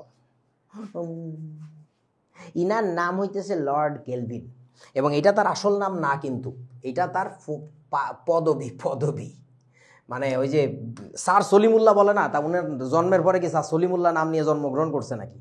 ওইটা তো তাকে ব্রিটিশরা উপাধি দিছিল। তো একইভাবে লর্ড কেলভিন এটা একটা উপাধির নাম, পদবীর নাম বেসিক্যালি। সো ওনার আসল নাম হচ্ছে উইলিয়াম থমসন। নামটা জেনে রাখো। তোমরা কি লেখাটা পড়তে পারতেছো? উইলিয়াম কি বলছি, থমসন। ওনার নামটা তোমরা এই অধ্যায়ের শেষে যায় আর একবার শুনবা। কিন্তু মজার ব্যাপার হচ্ছে এইটাই তোমরা রিলেট করতে পারবা না যে এই বেড়াই সেই বেড়া। এটা নিয়ে আমাদের বইতে কোথাও লেখা নাই, কেউ কিছু বলেও না, জানেও না। আমি এটা উইকি পড়তে যাই একদিন পাইছিলাম, এই বেড়াই সেই বেড়া, যাকে আমরা লর্ড কেলভিন বলে চিনি। ওই জুল থমসন ইফেক্ট আছে, জুল জেটিই বলে আর কি। জুল থমসন ইফেক্টের সময় ওইখানে যে জুল আর থমসনের নামটা আমরা বলি, থমসনই এই বেড়া, ঠিক আছে? সো এখন উনি একটা কথা বলছিল, কি কথা জানো? এই যে দেখো, there is nothing new to be discovered in physics now. পদার্থবিজ্ঞানের জগতে নতুন করে আবিষ্কারের আর কিচ্ছু বাকি নেই, কিচ্ছু বাকি নেই, কিচ্ছু বাকি নেই, আর সব আবিষ্কার করে ফেলছি। কেন বলছিল? কারণ তোমাদের মনে আছে একটু আগে সে দেখাইছিল এমন একটা টেম্পারেচার সে আবিষ্কার করছিল, হিসাব করে বের করছিল, যে টেম্পারেচারটা কত ছিল বলুন তো, -273 ডিগ্রি সেলসিয়াস। এইখানে গেলে নাকি সব নাই হয়ে যাচ্ছে, সব ভ্যানিশ হয়ে যাচ্ছে। তার মানে বুঝছস তো, ওই যে ফিজিক্স স্যারদের বলতেছিলাম যে আমি ইয়ার্কি করে মনে করছিলি যে চাকরি চলে গেছে, আরে বেটা ইয়ার্কি করি না, আসল কথা তাই। সে বুঝে ফেলাইছিল পদার্থ কিভাবে ধ্বংস করে ফেলা যায়, মানে অ্যাটলিস্ট থিওরিটিক্যালি। তাহলে পদার্থের সৃষ্টি কিভাবে হচ্ছিল, তোরা মনে বুঝতেছিস না ব্যাপারটা। Everything is actually heat. Because of heat, you get vanished. Because of heat, you come into existence.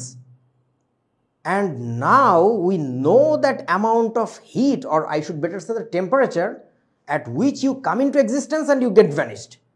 তার মানে তো আমরা পদার্থের, বোঝা না, আমরা তো পদার্থের রহস্য বাইর করে ফেলছি, যে পদার্থ দিয়ে পৃথিবী গড়া, পদার্থের রহস্য বাইর করে ফেলছি। তার মানে বুঝছস, আমরা গড থিওরি ধরে ফেলাইছি। বোঝা না, গড থিওরি মানে কি বুঝছস তো, মানে স্রষ্টা যে সৃষ্টি করছে, সৃষ্টির রহস্য ধরে ফেলাইছি, এমন একটা সিচুয়েশন। তার আনন্দে মাথার চুল ভরে গেছে, মুখে কিছু দাড়ি সৃষ্টি হয়েছে আনন্দে। সো এই জন্য সে বলছে, there is nothing new to be discovered in physics now. Okay, all that remains, মানে যা বাকি আছে সেটা হইল is more and more precise measurement. মানে ওনার ধারণা অনুযায়ী আমাদের সব তত্ত্ব আবিষ্কার হয়ে গেছে, এখন খালি কি করবা, এই থিওরির উপরে ভিত্তি করে সূক্ষ্ম থেকে সূক্ষ্মতর পরিমাপ করবা, মাপামাপি করবা। কারণ যেমন ধরো পাইয়ের মান আমরা কত ঘর পর্যন্ত জানি, আরও সূক্ষ্মভাবে মাপো। তোমরা যে দেখছিলা যে 1/273 ধরে কাজ করতেছি, আসলে কি 1/273 নাকি মানটা আর একটু ডিটেইলে যাইতে হবে বলেন তো আমাকে একটু?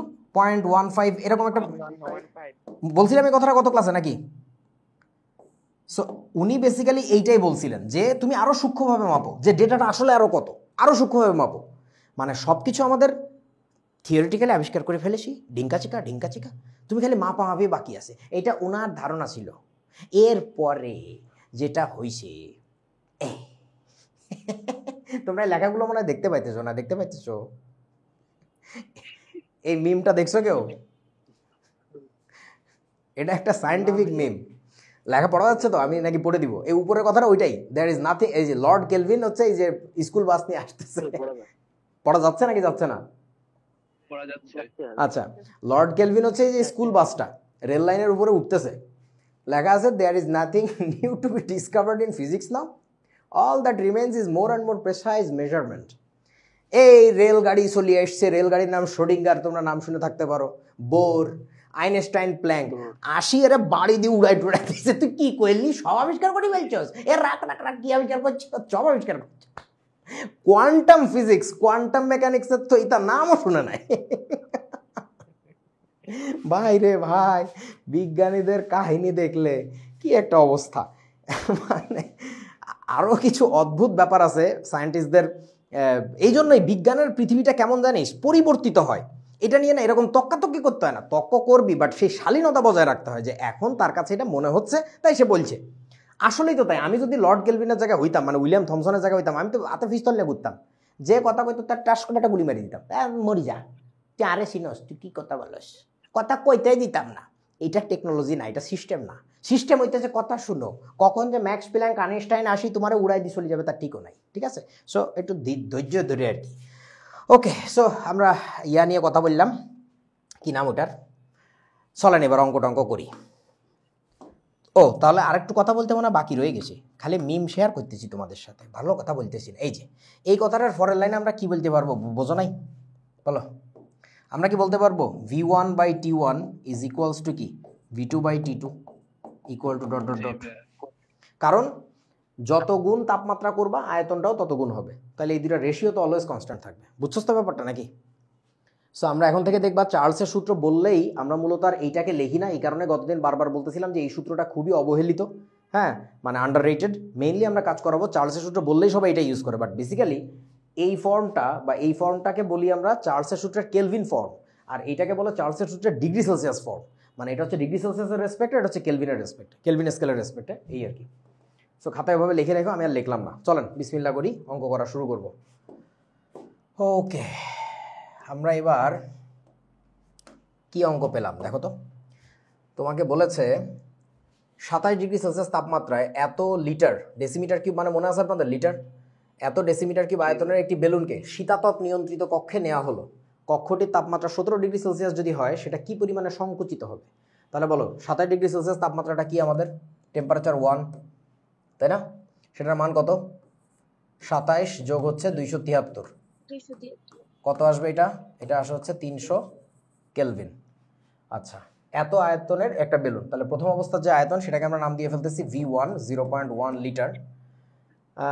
কক্ষটির তাপমাত্রা 17 ডিগ্রি সেলসিয়াস হলে, মানে টেম্পারেচার ওই রুমের মধ্যে আসছে হচ্ছে 17 মানে কত থাকে 290 কেলভিন, আমি আর করলাম না। আচ্ছা, এটা হইলে কি পরিমাণ সংকুচিত হবে, মানে কি জানতে চাইছে আমার কাছে, v2 নাকি বলুন তো? ডেল্টা ভি জানতে চেয়েছে।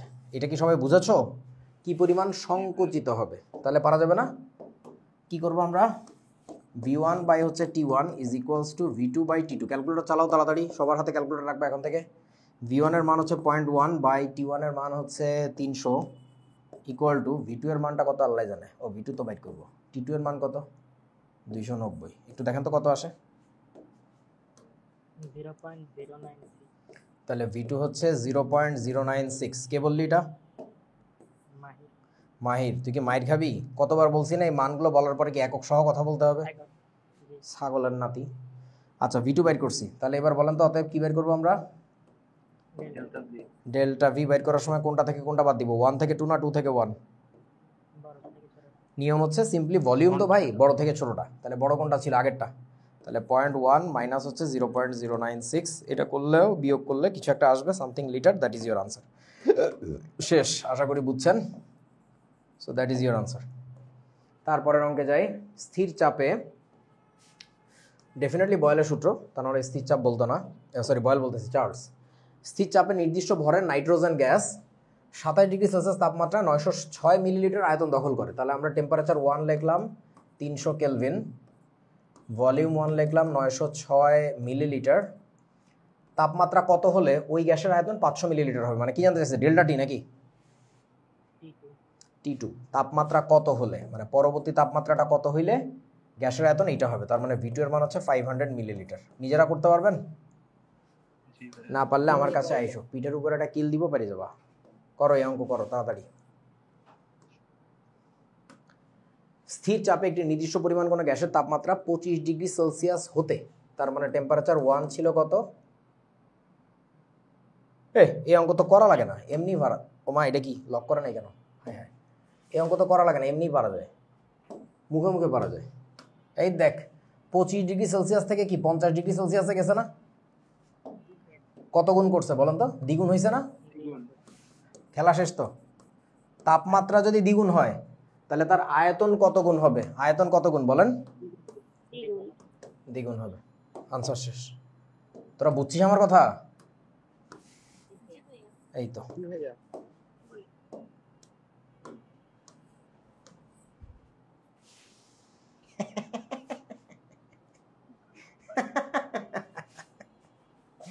এই বলদ গুলাকে নিয়ে তোরা ম্যাট্রিক ফাঁস করছত কেমনে এটা বুঝি না। আজকে থেকে তোদের এই গালি দেওয়া যাবে, ম্যাট্রিক ফাঁস করছত কেমনে। ওই যে মোটর সাইকেল নিয়ে ধর ট্রাফিক সার্জেন্টের কাছে ধরা গেছিস, হ্যাঁ, যে তোর হেলমেট নাই বা মোটর সাইকেলের কাগজপাতি ঠিক নাই বা ড্রাইভিং লাইসেন্স নাই, তো সবসময় খুব একটা জ্ঞানের বাণী দিবে, আপনারা তো শিক্ষিত মানুষ, আপনারা এই কাজ করেন কিভাবে? মনে হবে উনি কোনো 2 নাম্বারই 4 নাম্বারই করে না, উনি খুব ভালো, উনি আমাকে শিক্ষা শিখাইতেছে। তো তোদেরকে এখন থেকে এটা বলে গালি দেওয়া যাবে, ম্যাট্রিক পাস করছ। বলেন এখানে কি ভুল হয়েছে?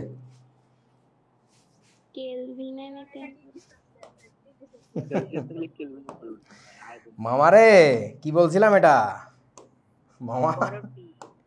হ্যাঁ, কোনো গ্যাসের আয়তন যে তার তাপমাত্রার সাথে সমানুপাতিক, সরাসরি সমানুপাতিক, ওটা কিন্তু তার কেলভিন তাপমাত্রার সাথে সরাসরি সমানুপাতিক। কেলভিন তাপমাত্রা যদি দ্বিগুণ করো তাহলে তার আয়তন দ্বিগুণ হবে, কেলভিন তাপমাত্রা যদি 3 গুণ করো তাহলে তার আয়তন 3 গুণ হবে। ডিগ্রি সেলসিয়াসের সাথে সরাসরি সমানুপাতিক না, তার সাথে আরো কিছু একটা যোগ আছে, তোমরা আমার কথা বোঝো নাই। সান্দুর দল। তোদের মনে হয় ইন্টারমিডিয়েটের প্রথম ধোকা দিলাম নাকি? ও কি ফাউন্ডেশনের সময়? আরে খোদা, বলেন টেম্পারেচার 1 কত হবে তাড়াতাড়ি? 298 কেলভিন। গাধা, অশিক্ষিত, 298 করে থেমে যায়। টেম্পারেচার 2 কত হবে তাড়াতাড়ি বলো? 300 কত? 323 কেলভিন। আচ্ছা, এত 303 কি কয়? অশিক্ষিত নাকি? অশিক্ষিত নাতি। আচ্ছা, তোমরা কি এখানে টের পাইতেছো একটা এ আছে? তার মানে কি এইটাই কি টেম্পারেচার 2 নাকি আগেরটার সাথে 25 যোগ করা লাগবে? কোনটা মানে 50 সাথে মনে আছে তো? এ থাকলে কি ওইটাই ফাইনাল মনে পড়ে? আচ্ছা, তাহলে এবার আমাকে বলো কি দেওয়া আছে তোমার কাছে? T2 এর মান এত, উন্নীত করলে তার আয়তন কত গুণ হবে? তার মানে কি জানতে চাইছে বলেন তো? কত গুণ হবে, কি বের করবো তাহলে আমরা? V2 ডিভাইডেড বাই V1, এটার মানটা কত? V1 ডিভাইডেড বাই V2 হবে না তো?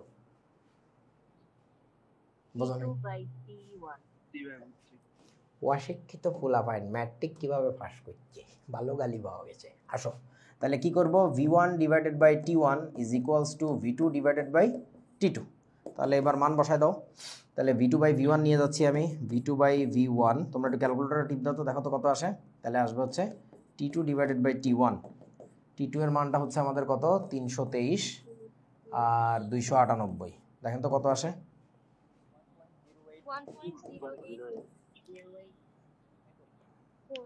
এককটা কি হবে এটার? একক দেখা গেল আবেগে কই দিল যে এত কেলভিন মারি দে। আচ্ছা, তার মানে পরের লাইনে কি বলা যায়? ভি টু ইকুয়াল টু 1.08 কি বলুন তো, এত ইন্টু কি V1 না? এই কথাটাকে কি আমি একটু বাংলায় দেখেন তো এইভাবে বলতে পারি কিনা? আপনারা তো বাংলা পড়েনও না, বাংলা বোঝানো না, বাংলা ভালোই বাসেন না। এই যে দেখেন V2 হলো ইকুয়াল টু, দেখলে আমি কি বলতে বলছি মনে আছে আপনাদের? হলো। সবাই মুখে বলেন V2 হলো, বলেন V2 হলো V1 এর 1.08 গুণ। এর মানে কি গুণ না? পেয়ে গেছি।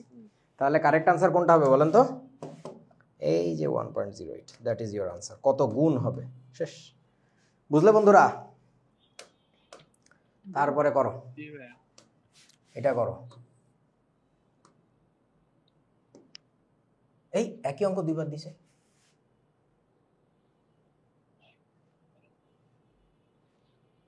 এখন টেম্পারেচার জানতে চাই। আচ্ছা বলো, এই অঙ্ক কি একই নাকি আলাদা বলেন তো আমাকে একটু। আলাদা।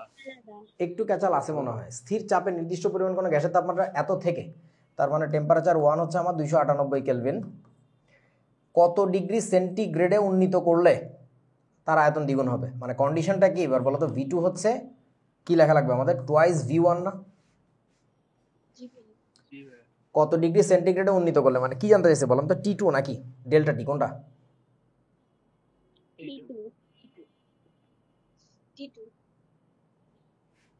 T2 এই আছে তো।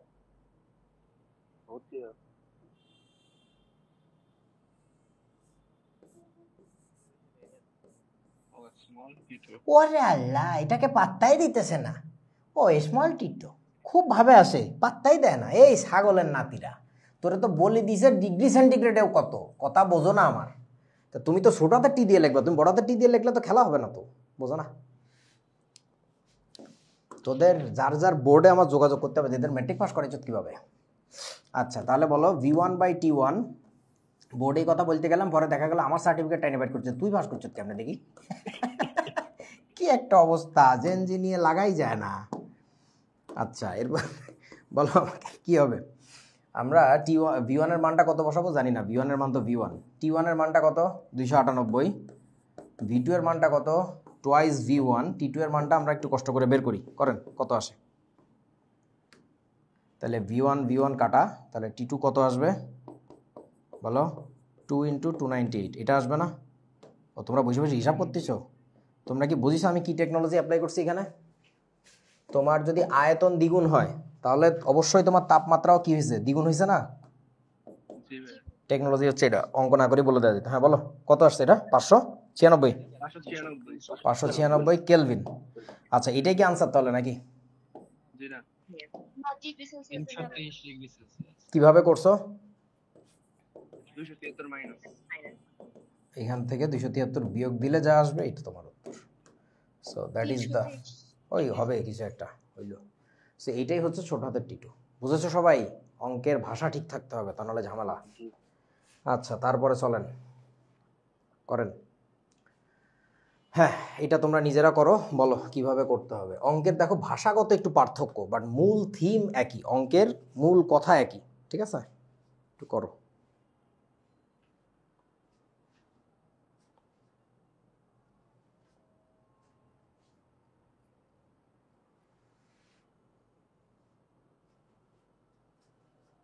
আজকে কি বার?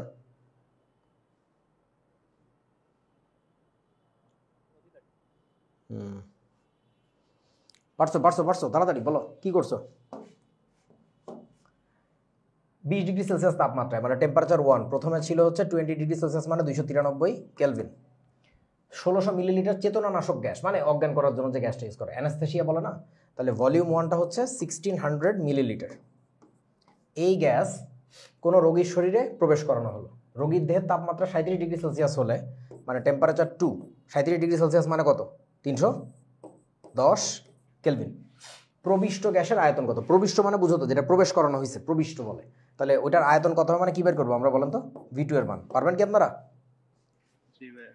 আচ্ছা তারপরে চলেন, একটি গ্যাসের তাপমাত্রা 17 ডিগ্রি সেলসিয়াস হতে বাড়ানো হলো, ফলে গ্যাসের চাপ অপরিবর্তিত রইল, কিন্তু আয়তন দ্বিগুণ হয়ে গেল। তাপমাত্রা কত বৃদ্ধি পেল? আমি জানি 290 কেলভিন বৃদ্ধি পেল। কিভাবে করেছি তোমরা বোঝনি, একটু ফাস্ট হইতে হবে বন্ধু। কিভাবে করছি কে পারবা বলো? 273 যোগ করে 2 দিয়ে গুণ। আমি পারবো। কিভাবে বলেন, বুঝান। তাপমাত্রা দ্বিগুণ হয়, আয়তন দ্বিগুণ হলে তাপমাত্রা দ্বিগুণ হবে। সবাস, তারপর এখানে যেহেতু কেলভিনে আমি শুরুতেই শোনো, একটা কাজ করবা, কখনো অর্ধেক কথা বলবা না। তাপ মানে আয়তন দ্বিগুণ হয়েছে বলছে তো, আয়তন দ্বিগুণ হওয়ার মানে কিন্তু তাপমাত্রা দ্বিগুণ হয়েছে তা না। কোন তাপমাত্রা? কেলভিন স্কেলের তাপমাত্রা দ্বিগুণ হয়েছে, রাইট। এইভাবে সঠিক কথা বলতে হবে। তাহলে কেলভিন স্কেল আগে তার তাপমাত্রা কত ছিল? 290 কেলভিন না? এইবার তাহলে কত হয়েছে বলতো? 2 × 290। তাহলে পার্থক্য কত? এই যে বৃদ্ধির কথা বলছে না, পার্থক্য কত? তাহলে 290 × 2 বিয়োগ আবার 290, মানে আলটিমেটলি 290 থাকে। কেউ বোঝা না? ব্যাপারটা বহুতই মজাদার, মুখে মুখে করে ফেললাম, আর লিখিতভাবে কিভাবে করতে হবে তা তো তোমাদের শিখাই দিছি, কইরো আর কি। ওকে, একটি গ্যাসের তাপমাত্রা 25 ডিগ্রি সেলসিয়াস হতে 50 ডিগ্রি সেলসিয়াস করা হলো। এই আগের অঙ্ক, গ্যাসের চাপ অপরিবর্তিত থাকলে আয়তন কত গুণ বৃদ্ধি পাবে? করো দেখি এটা। 1.08 গুণ। 1.08 বন্ধু, এত সহজ যদি হইতো তাহলে কি আর আমার এই বেত নিয়ে ঘুরে বেড়ানো লাগতো রে বন্ধু? এইসব বেতের কোনো দরকার ছিল না, একদম। 0.08 গুণ। হ্যাঁ, কে বললা এটা? মুহসিন। শাবাশ। তোমরা অঙ্কটা বোঝোই নাই ব্যাপারটা কি বলেছে। এই চান্দু একা বুঝেছে। একটা গ্যাসের তাপমাত্রা 25 ডিগ্রি সেলসিয়াসে এত করা হলো, তাহলে আমরা কি লিখবো? টেম্পারেচার 1, এই এখনো ধরতে পারিস না তোরা? 323 কেলভিন। এটা করা হয়েছে, বুঝলাম। গ্যাসের চাপ অপরিবর্তিত থাকলে আয়তন কত গুণ বৃদ্ধি পাবে? তার মানে কি জানতে চাইছে বলো দেখি আমাকে। del v ডেল ভি জানতে চাইছে। ডেল ভি কত গুণ হবে তা কিন্তু জানতে চাই না। কত গুণ যদি জানতে চাইতো তাইলে হচ্ছে আমরা সিম্পলি v2/v1 করে ছেড়ে দিতাম, আর কত গুণ বৃদ্ধি পাবে মানে কি বুঝছস তো? v2 বাইট করছিলাম না আমরা আগে। দেখি আমি আগেরটা কপি করে নিয়ে আসি। দূর, এত কিছু লাগে কেটা, কোথায় জানি ছিল। এটাই তো নাকি? আচ্ছা, তাহলে এবার আমাদের যেটা করা লাগবে, কপি কোনটা, এটা না, না পরেরটা, হ্যাঁ এই যে পেস্ট। এই যে দেখো, দাঁড়াও, এই অঙ্কটাতে এইটুকুর মানে কি বলেন তো? হ্যাঁ রে, লক করতে দিছি, এরা কি করে আমি কিছু বুঝি না। দেখো, এর মানে হচ্ছে ভলিউম 2 ভলিউম 1 এর এত গুণ হয়েছিল, বাট এত গুণ তো বৃদ্ধি পায় নাই তো। তাহলে বৃদ্ধিটা হিসাব করতে হবে কিভাবে? সে বৃদ্ধিটা হিসাব করতে হবে হচ্ছে, অতএব বৃদ্ধি ইকুয়াল টু, বৃদ্ধি মানে ডেল ভি আর কি, ডেল ভি ইকুয়াল টু কি বের করবো বলেন? v2 minus v1 v2 minus হচ্ছে v1। তার মানে কত? v2 এর মান কত ছিল? 1.08 ইন্টু v1 মাইনাস কিন্তু আবারও v1, তার মানে কত থাকে? 0.08 v1। তার মানে হচ্ছে ওই যে আবার সেই বাংলা লেখা লাগবে যে তাহলে আয়তন বৃদ্ধি পাবে হচ্ছে আদি আয়তনের এত গুণ, এই যে 0.08 গুণ। বুঝছিস কি তোরা বাবা? মজার জিনিস। আচ্ছা, তোমরা এখন একটা কথা বলো তো আমাকে, সত্যি বলবা, হ্যাঁ? তুমি এখন যেটা পড়তেছো তোমার কেমন অনুভূতি হচ্ছে? নবম দশম শ্রেণীর রসায়ন এটা? না ভাই, ফিজিক্সের অনুভূতি হচ্ছে, তাই না? এবং তোমার এই ফিজিক্সের অনুভূতি হচ্ছে বলেই তোমার এখনো সুস্থ পাওয়া যাচ্ছে। তোমার বিভিন্ন অনলাইন প্ল্যাটফর্মে বড় বড় পীররা আছে, আমাদের কলেজের জ্ঞানী স্যাররা আছে, তারা যখনই তোমার হাতে কচি বয়সে কোয়ান্টাম মেকানিক্সটা ধরাবে, ইউটিউবে প্রচুর ফ্রি কন্টেন্ট আছে, একটু দেখো ওই পীরদেরই দেখো, বা তোমাদের কলেজে যারটা মন চায় একটু দেখো কোয়ান্টাম মেকানিক্স কি জিনিস। ওই দেখবা তোমারে ওই লর্ড কেলভিনটা যেমন ম্যাক্স প্ল্যাঙ্ক আইনস্টাইন এসে ধাক্কা মেরে ভালাই দিয়েছেন, ওটা দেখবা। এবং এইটা দিয়ে তুমি শুরু করতেছো বলেই এই ছেলে খেলায় বাচ্চা জিনিসে তোমার মধ্যে কি জানো, রসায়নের ভয়টা চলে যাচ্ছে। তুমি ইনশাল্লাহ ভয় পাবা না যদি না তুমি বলদ হও যে আমরা তো ইজি জিনিস দিয়ে শুরু করছে। আসলেই সহজ। এই তোরা কি এইগুলো মেলা কঠিন লাগতেছে? কথাবার্তা বুঝোস না নাকি? মানে এখানে কিছু না বুঝার কিছু নাই তো, হ্যাঁ, কিন্তু কোয়ান্টাম মেকানিক্স যখন বলবো রে ভাই তখন বুঝবা ঠেলা কারে কয়। আর কোয়ান্টাম মেকানিক্স বুঝাইতে গেলে কেউ যদি কয় আমি বুঝছি, তার মানেও কিছু বোঝা না। এটা আমার কথা, এটা বোরের কথা, নিলস বোর। সে বলে গেছে যে কোয়ান্টাম মেকানিক্স বোঝার সময় বলে যে আমি বুঝছি, তার মানে কিছুই বোঝে নাই, আর সেটা দিয়ে তোমার পড়ানো শুরু করানো হচ্ছে। আর এই ছাগলগুলা কিছু বলেও না। কি শিক্ষক হয়েছে আমাদের এক একজন, সিলেবাসে দিয়ে আসছে তাই পড়াচ্ছি। হ্যাঁ, মেরুদণ্ডটা বাড়ি খুলে রেখে আসছি তো। উদ্দীপকের বেলুনটির আয়তন উহার সর্বাধিক প্রসারণ আয়তনের 6/7 ভাগ। এই টাইপের একটা অঙ্ক আপনাদের সাথে করছিলাম, মনে পড়ে? একটা কলেজের বার্ষিক ক্রীড়া প্রতিযোগিতায় উড়াই দিছিলাম, নিজেরা করবেন। আগের ক্লাসে জি, ওইটা সাফের কাহিনী ছিল, এখানে তাপমাত্রার কাহিনী, নতুন কিছু নাই। পারবেন কি আপনারা? জি ভাই ভালো। না পারলে খাবা মায়ের। বাড়ির কাজ দিলাম কিন্তু দেখতেছে এইটা। আচ্ছা, তারপরে এটা কি হয়েছে রে? এই ঢাকা বোর্ডের প্রশ্ন, কথা বলিস না, কথা বলিসই না তুই আমার সাথে। আমাকে বলটা কি হবে? VT equal to V nought plus V nought into ছোট হাতের টি বাই 273। এই সমীকরণে এই বস্তুটাকে কি বলে বলো? তাপ প্রসারণ। তাপ প্রসারাঙ্ক নাকি আয়তন প্রসারাঙ্ক? চাপ প্রসারণ। এটার উত্তর হবে হচ্ছে আয়তন প্রসারাঙ্ক। এই প্রশ্নটা নিয়ে বেশ বিতর্ক হয়েছিল বোর্ডে যখন আসে। মানে কথাটা একটু বোঝো, তাপ প্রসারাঙ্ক বিভিন্ন পদার্থের হয়। তোমরা ছোটবেলায় 9-10-এ পড়ছো কিনা জানি না, কোনো কঠিন বস্তুরও তাপ প্রসারাঙ্ক হয়। তাপ দিলে ওই বস্তুটা যে হারে আয়তন বৃদ্ধি পায় বা দৈর্ঘ্য বৃদ্ধি পায় তাকে বলে দৈর্ঘ্য। শোনো নাই কোনোদিন এগুলা? জি ভাই। সো তাপ প্রসারাঙ্ক অনেক কিছুর হয়, এটা হবে আসলে হচ্ছে আয়তন প্রসারাঙ্ক। মানে এইটার পুরো নামটা শুনবা, এটার আসল নামটা কি? এটার আসল নামটা হইতেছে আয়তনের তাপ প্রসারাঙ্ক। তোমরা মনে হয় আমার কথা বোঝো নাই। আয়তনের তাপ প্রসারাঙ্ক, হ্যাঁ বুঝি নাই কি?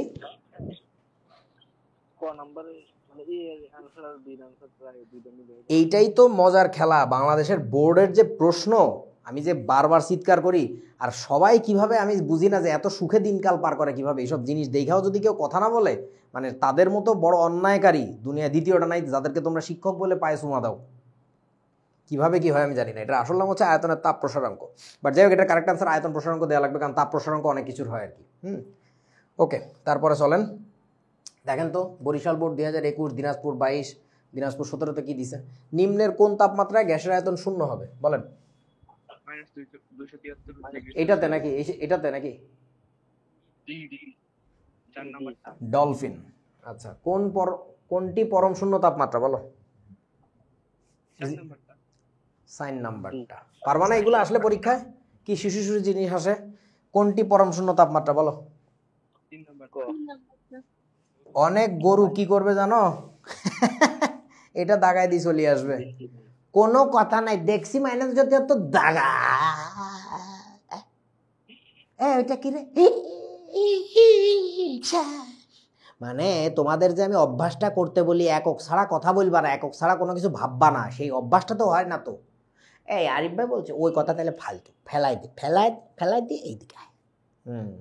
এই ছাগলামি করলে জীবনে বিপদ আছে। এটা কি? তত্ত্বীয়ভাবে একটি গ্যাসের আয়তন শূন্য কোন তাপমাত্রায় বলো? 2 আর 3। ছাগলেরা প্রশ্ন করছে, দেখো বাংলায় কেমনে লিখছে, ডিগ্রি সেলসিয়াস। এরে কার মাইক এটা? কি বিপদ! ইন্নালিল্লাহ। নাবিল ইসলাম, এ পাগল, তোর মাইক চেঞ্জ করবি। আচ্ছা, -73 ডিগ্রি সেলসিয়াস আর কোনটা? 0 কেলভিন। তাহলে কারেক্ট আনসার কোনটা? 2 আর 3। ঠিক আছে, ওকে। স্থির চাপে 0 ডিগ্রি সেলসিয়াস তাপমাত্রায় অক্সিজেন গ্যাসের আয়তন 3.5 লিটার হলে 20 ডিগ্রি সেলসিয়াস তাপমাত্রায় গ্যাসের আয়তন কত হবে? ঘোড়া টিমের অঙ্ক করার জন্য আমি এখানে আসি নাই। পারবেন কি আপনারা? দেখেন তো বাচ্চা জিনিসটা। জি ভাইয়া। অক্সিজেন হোক আর নাইট্রোজেন হোক আর হিলিয়াম হোক, এটা হইলেই হয়। ও বাবা, সৃজন সিং অঙ্ক দিছে, দেখছো? একটা ছবি এঁকে দিছে, মানে এটা সৃজন সিং। উদ্দীপকের পাত্রের চাপ স্থির রেখে ওই গ্যাসের আয়তন আরো অতিরিক্ত 120 সেন্টিমিটার কি বৃদ্ধি করতে হলে তাপমাত্রা কত বৃদ্ধি করতে হবে? আচ্ছা বলেন আমাকে, কিসের তথ্য দেওয়া আছে এখানে? ডেলফি। আচ্ছা, প্রথমে কিসের তথ্য দেওয়া আছে বলো তো? তাপমাত্রা দেওয়া আছে, তাই না? টেম্পারেচার 1 হচ্ছে আমার 298 কেলভিন। আচ্ছা, ভরের কোনো কাজ নাই এখানে বেসিক্যালি। তোমরা কি বুঝতেছো ভরের কোনো কাজ আছে এই জায়গায়? কারণ ওরা তো বলেই দিছে স্থির চাপ অমুক তমুক। আচ্ছা, এত সেন্টিমিটার কিউব প্রথম অবস্থার আয়তন, তাহলে ভলিউম 1 হচ্ছে 450 সেন্টিমিটার কিউব। সিসি লিখলাম। আচ্ছা, চাপের মান দিছে, চাপেরও কোনো কাজ নাই, চাপ যা ছিল তো স্থির ছিল, এই যে বলছে না চাপ স্থির রেখে। আচ্ছা তাহলে বলেন আমাকে কি জানতে চাইছে ওরা? এইটা দিয়ে কি করবো আমরা, বলো এটা দিয়ে কাজ কি? V2 বের করব। V2 এর মান কত হবে বলেন আপনারা? 120 সেন্টিমিটার কিউব নাকি? 570 সিসি। কিভাবে আসছে? V3 বারে মানে যোগ করছি। V1 এর সাথে আরো যোগ করতে বলছে, কিন্তু ওরা টের পাইছো, ল্যাঙ্গুয়েজটা টের পাইছো? আরো অতিরিক্ত এত সিসি বৃদ্ধি করতে হলে, তার মানে আগের যে আয়তন ছিল তা থাকবে, তার সাথে আরো যোগ হয়ে যাবে, তাহলে 450 550 570, ঠিক না? 570 সিসি। আচ্ছা, বৃদ্ধি করতে হলে তাপমাত্রা কত বৃদ্ধি করতে হবে, মানে কি জানতে চাইছে, ডেল টি নাকি T2 কোনটা? Del T. ডেল টি মানে কোনটা? ডেল ছোট হাতের টি না ডেল বড় হাতের টি বলেন?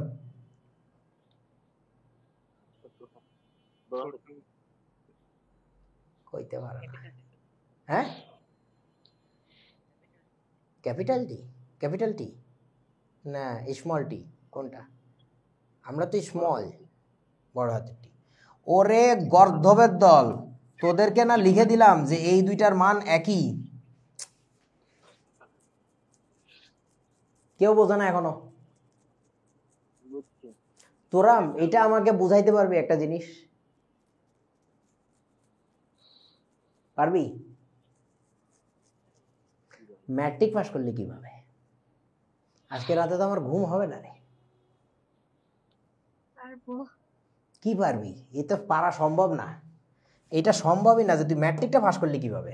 এই তোরা করে নিস এগুলা, পড়ার ডিম। এই কি, ও চার্লসের সূত্রের অনুসিদ্ধান্ত, ভাই এটা আমার দেখানোর কিছু নাই। অনুসিদ্ধান্ত তোমাদের একবার বয়লের সূত্রে দেখাইছিলাম না? ওইখানে কি দেখছিলা বলো? চাপের সাথে ঘনত্বের কি সম্পর্ক ছিল বলেন? দুইটা গ্যাসের পাত্র আছে, সমানুপাতিক। আমি যদি চাপ বাড়ায় দেই গ্যাসে, তাহলে কি গ্যাসের ঘনত্ব হায় রে, আমি যদি চাপ বাড়ায় দেই তাহলে কি ঘনত্ব বাড়বে না কমবে বলো? বাড়বে। বাড়বে। চাপায় নিয়ে আসলে ঘনত্ব বাড়বে, তাহলে density is proportional to P ছিল। এটা ছিল কার সূত্রের অনুসিদ্ধান্ত? বয়েলের। এবার তোমরা নিজেরা বানাও, বুঝে বুঝে বানাও, ওটা কি হবে?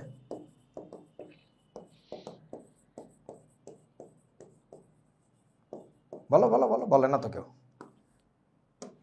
তুমি একটা গ্যাসের তাপমাত্রা যদি বাড়ায় দাও, আগুন ধরায় দাও নিচে, তাহলে কি গ্যাসের আয়তনটা কি হবে, বেড়ে যাবে না?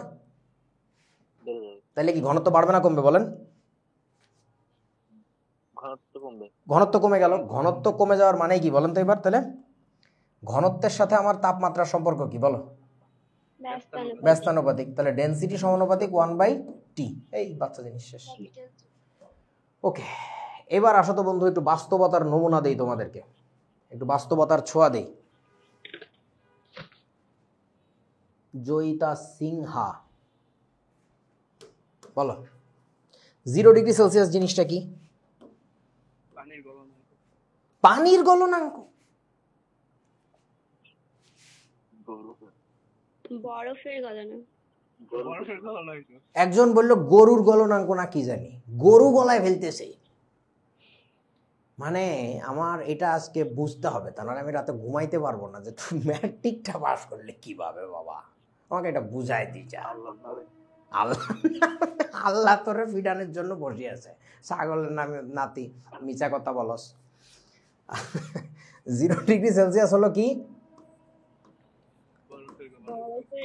কে বললো? মারুফের গলনাঙ্ক। হায় রে ভাই রে ভাই, তোদের কথাবার্তা, তোদেরকে জুমে ক্লাস নেওয়াটাই ঠিক হইতেছে না। আমার কথা কওয়ার সুযোগ পাই যত আবল তাবল আসে। মারুফের গলনাঙ্ক, ওই জুম আর মিট একই কথা বাবা।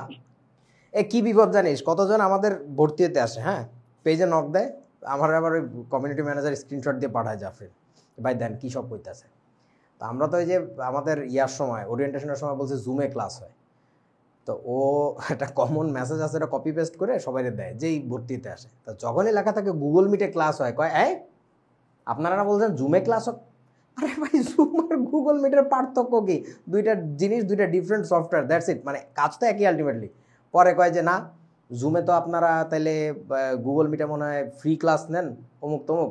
এই তোরা কি জানিস আমরা যে গুগল মিটে ক্লাস নেই, এটা কি ফ্রি কোনো সফটওয়্যার? বলতো। আরে বাবা, গুগল মিট তো ফ্রি, কিন্তু আমরা যে ভার্সনটা ইউজ করি এটা তো পেইড। ফ্রি ভার্সনে বেশি লম্বা ক্লাস নেওয়া যায় না, আমরা তো ইচ্ছা মতো টানতে পারবো। আবার রেকর্ড করা যায় না, অনেক ঝামেলা। সো কি সব অদ্ভুত কথা বলে, আপনারা তাহলে ফ্রি ক্লাস নেন? আচ্ছা বলো এবার 0 ডিগ্রি ফারেনহাইট কি জিনিস বলেন তো? জানি না। এগুলাই তো জানা লাগবে। 0 কেলভিন কি জিনিস বলো? গরম শূন্য তাপমাত্রা। এইটা হচ্ছে এমন একটা তাপমাত্রা যে তাপমাত্রায় কি হয়? আয়তন ভ্যানিশিয়াস গ্যাসের আয়তন শূন্য হয়। শূন্য হয়। তো তাইলে তোমাদের একটা বাড়ির কাজ দিলাম, আর মনের মধ্যে পরিবর্তন করতে পারছি কিনা জানি না, আমি জাস্ট 2টা ধরাই দিলাম। হ্যাঁ, আর একটা তোমাকে বাড়ির কাজ দিয়ে তোমাকে রাস্তা চিনাই দিলাম যে এখন থেকে যে কোনো টেম্পারেচার স্কেল সম্পর্কে শিখবা। র্যাঙ্কিন স্কেল, রোমার স্কেল, এরকম অনেক স্কেল আছে, এগুলো তোমরা নামও শোনো নাই। সো যখনই যে স্কেলের নাম শুনবা ওই স্কেলের শিখে ফেলবা যে ও যাকে 0 বলে ওইটার আসলে সংজ্ঞা কী। ব্যাপারটা খুবই মজার। এবং যখন তোমরা 0 ডিগ্রি ফারেনহাইটটা শিখতে যাবা ওইখানে দেখবা যে ব্রাইন নিয়ে কিছু মজার মজার আইডিয়া আছে। ব্রাইনের নাম শুনছো? না ভাইয়া। এগুলো শিখে ফেলবা, মজার জিনিস। যে সোডিয়াম ক্লোরাইডের গাঢ় ও সম্পৃক্ত জলীয় দ্রবণকে ব্রাইন বলে। আমরা 9 10-এ শিখতাম, যে তোমাদের সিলেবাস ছিল না। সো ওইটার সাথে কেন রিলেটেড, মানে ধর পানি, বরফের গলনাঙ্ককে যে নিছিল 0 ডিগ্রি সেলসিয়াস, এটার একটা কারণ ছিল। আইডিয়াল একটা জিনিস, পানি পানি গলতেছে, জমতেছে, মজার ব্যাপার। 0 কেলভিন নেওয়ার একটা বিশেষ কারণ আমরা এতক্ষণে বুঝতে পারছি আর কি। 0 ডিগ্রি ফারেনহাইটটা কেন এখানে ধরছিল, যারা একটু ফার্দার লেভেলে চিন্তা করে তারা এটা শিখবা, দেখবা যে অস্থির মজা লাগবে। এটা নিয়ে তারপরে লাগলে আলোচনা হবে, বাট এটা তোমাদের বাড়ির কাজ দিলাম, শিখে নিও আর কি, ঠিক আছে? আমি কিন্তু বললাম না। হ্যাঁ,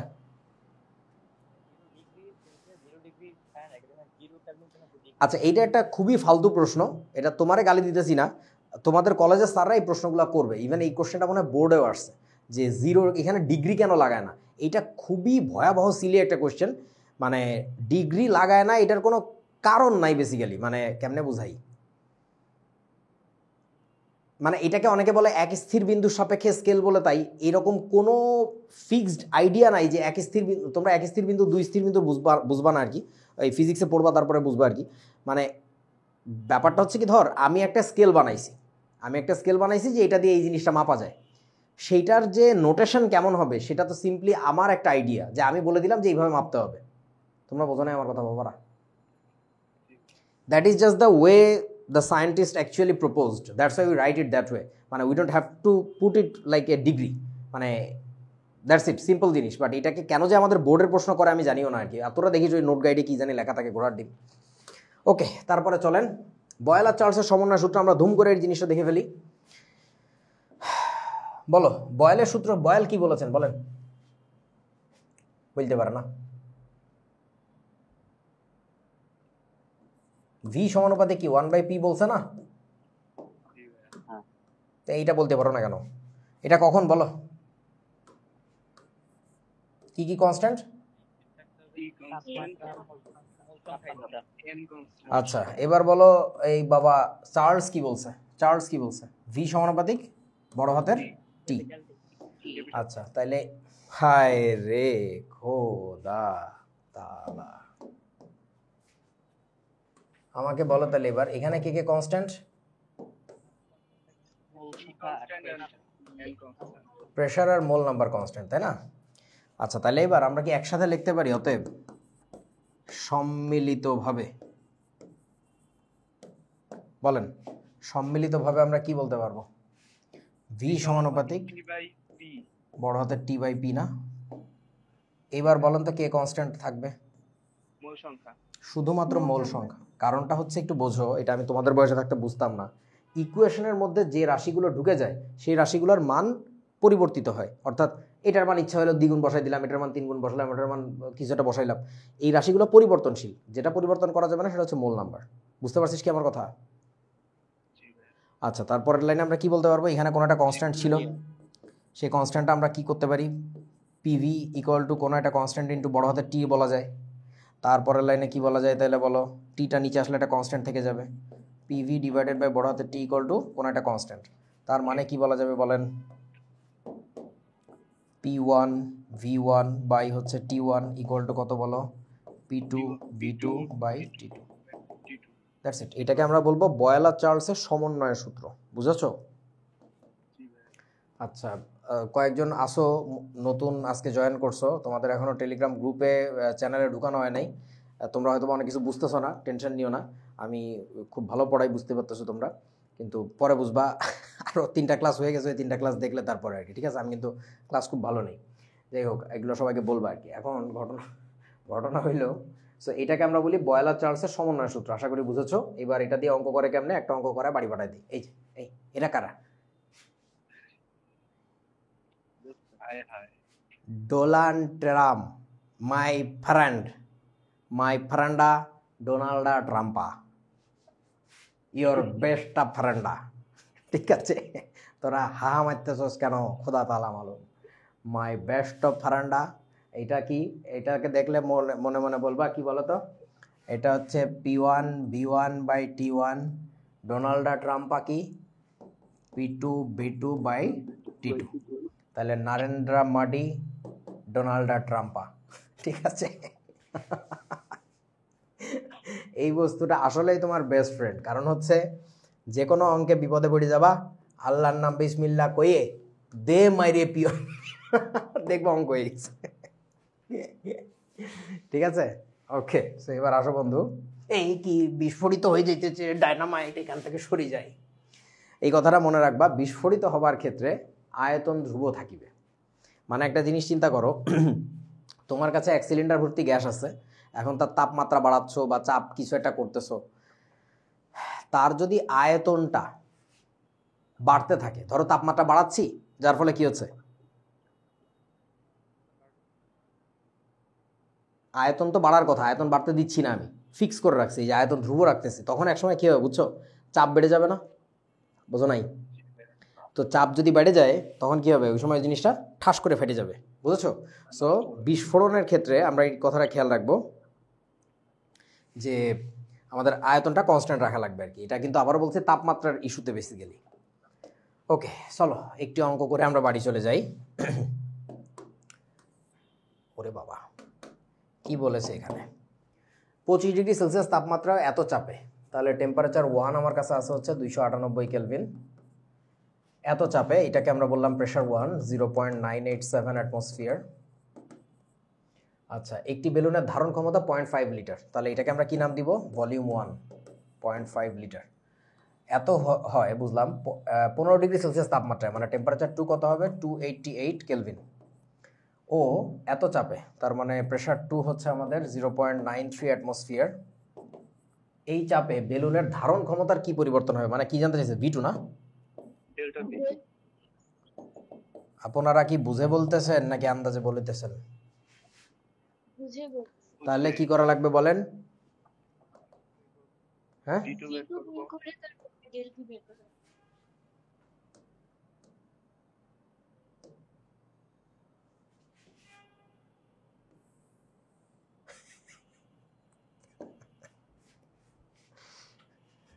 বুঝেছো?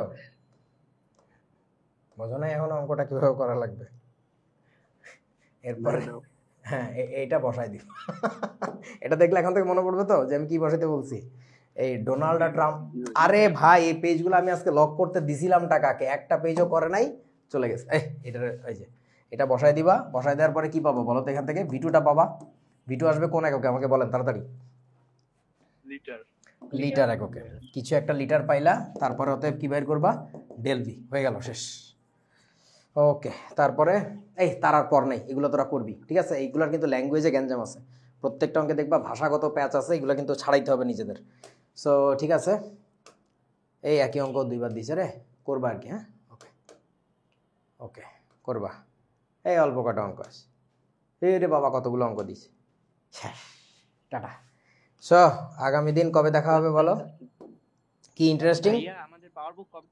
ও, পাওয়ার বুকটা দেওয়া হয় না তাই না? তোমাদের রেজাল্টের তোড়ে আমি ভেসে গেছিলাম, দিব না, সমস্যা নাই, আমাকে একটু কালকে রাতে আবার মনে করে দিবা। ওকে, সো ভাইয়া তোমাদের, হ্যাঁ তাড়াতাড়ি বলো। এই তোরা ক্লাসের লাস্টে এত কথা বলো যে আমার ইংলিশ ভার্সন ক্লাসে প্রতিদিন দেরি, ওরা গালি দেয়। হ্যাঁ বল, তাড়াতাড়ি বল। ভাইয়া সবাই একসাথে কথা বলে, মেয়েটা সময় নিল যে আমার একটা কথা আছে, একটা ফোলা কথা বলা শুরু করে দিল। বল কি? ভাইয়া ভাইয়া P0/273 কে গতকালকার স্লাইডে লেখা ছিল যে গ্যাসের তাপ প্রসারাঙ্ক। ভাইয়া আজকে বলছিলেন যে আয়তনের তাপ প্রসারাঙ্ক, তাহলে ভাইয়া কোনটা রাখি? গ্যাসের মূলত এটা ওই যে আমি একটু আগে লিখে দিয়েছিলাম, কি যে লিখছিলাম ঘোড়ার ডিম, আয়তনের তাপ প্রসারাঙ্ক। ওইটা আয়তনেরই তাপ প্রসারাঙ্ক পুরো নামটা এটা হওয়া উচিত। স্লাইডে যা থাকে ওই তো আমরা মেইনলি বই থেকে লিখি, এই যে আসল নামটা এটা আয়তনের তাপ প্রসারাঙ্ক। ঠিক আছে, আমাকে একটু মনে করে দিস, ওটা ঠিক করতে হবে আর কি, এডিট করতে হবে। হ্যাঁ, আর কার কি প্রশ্ন বলেন? আর ভাইয়া ভাইয়া মাস্টার আমাদের ক্লাসটা মেসেজ করবেন। মাস্টারমাইন্ড এক্সামের তোমাদের যে সেকেন্ড লেয়ারের ভাইভাটা, ওটা যে বললাম না এই কয়েকদিন তাড়াহুড়ায় ছিলাম, নিতে পারি নাই, নিব 2-1 দিনের মধ্যে নিব আর কি। হ্যাঁ, আর কি কি কার কোনো প্রশ্ন? ক্লাস টাইম মেসেজ করবেন। ও, ক্লাস টাইমটা চেঞ্জ করতে চাইছিলাম, এবং তোমাদের আগামী ক্লাস থেকেই 15 তারিখ থেকে ইনশাল্লাহ ক্লাস হবে হচ্ছে কয়টায় বলেন তো? 9:30 PM। ভালো কথা বলছো। ওকে, 2-1 জনের সমস্যা হবে, এটা কোনো সমস্যা না। তো যাদের সমস্যা হবে তাদের সমস্যা এমনি হইতেই থাকবে, ব্যাপার না। আর এমন না যে এক শিডিউলে ক্লাস শুরু করছো, আগামী 1.5 বছর 2 বছর তোমার এই শিডিউলে ক্লাস করা লাগবে, অনেক অনেক শিডিউলে চেঞ্জ হবে, টেনশন নাই। সো ঠিক আছে, আগামী দিন দেখা হবে 15 তারিখে 9:30। ঠিক আছে, ওকে, আল্লাহ হাফেজ, টাটা, ওয়ালাইকুম আসসালাম। হ্যাঁ।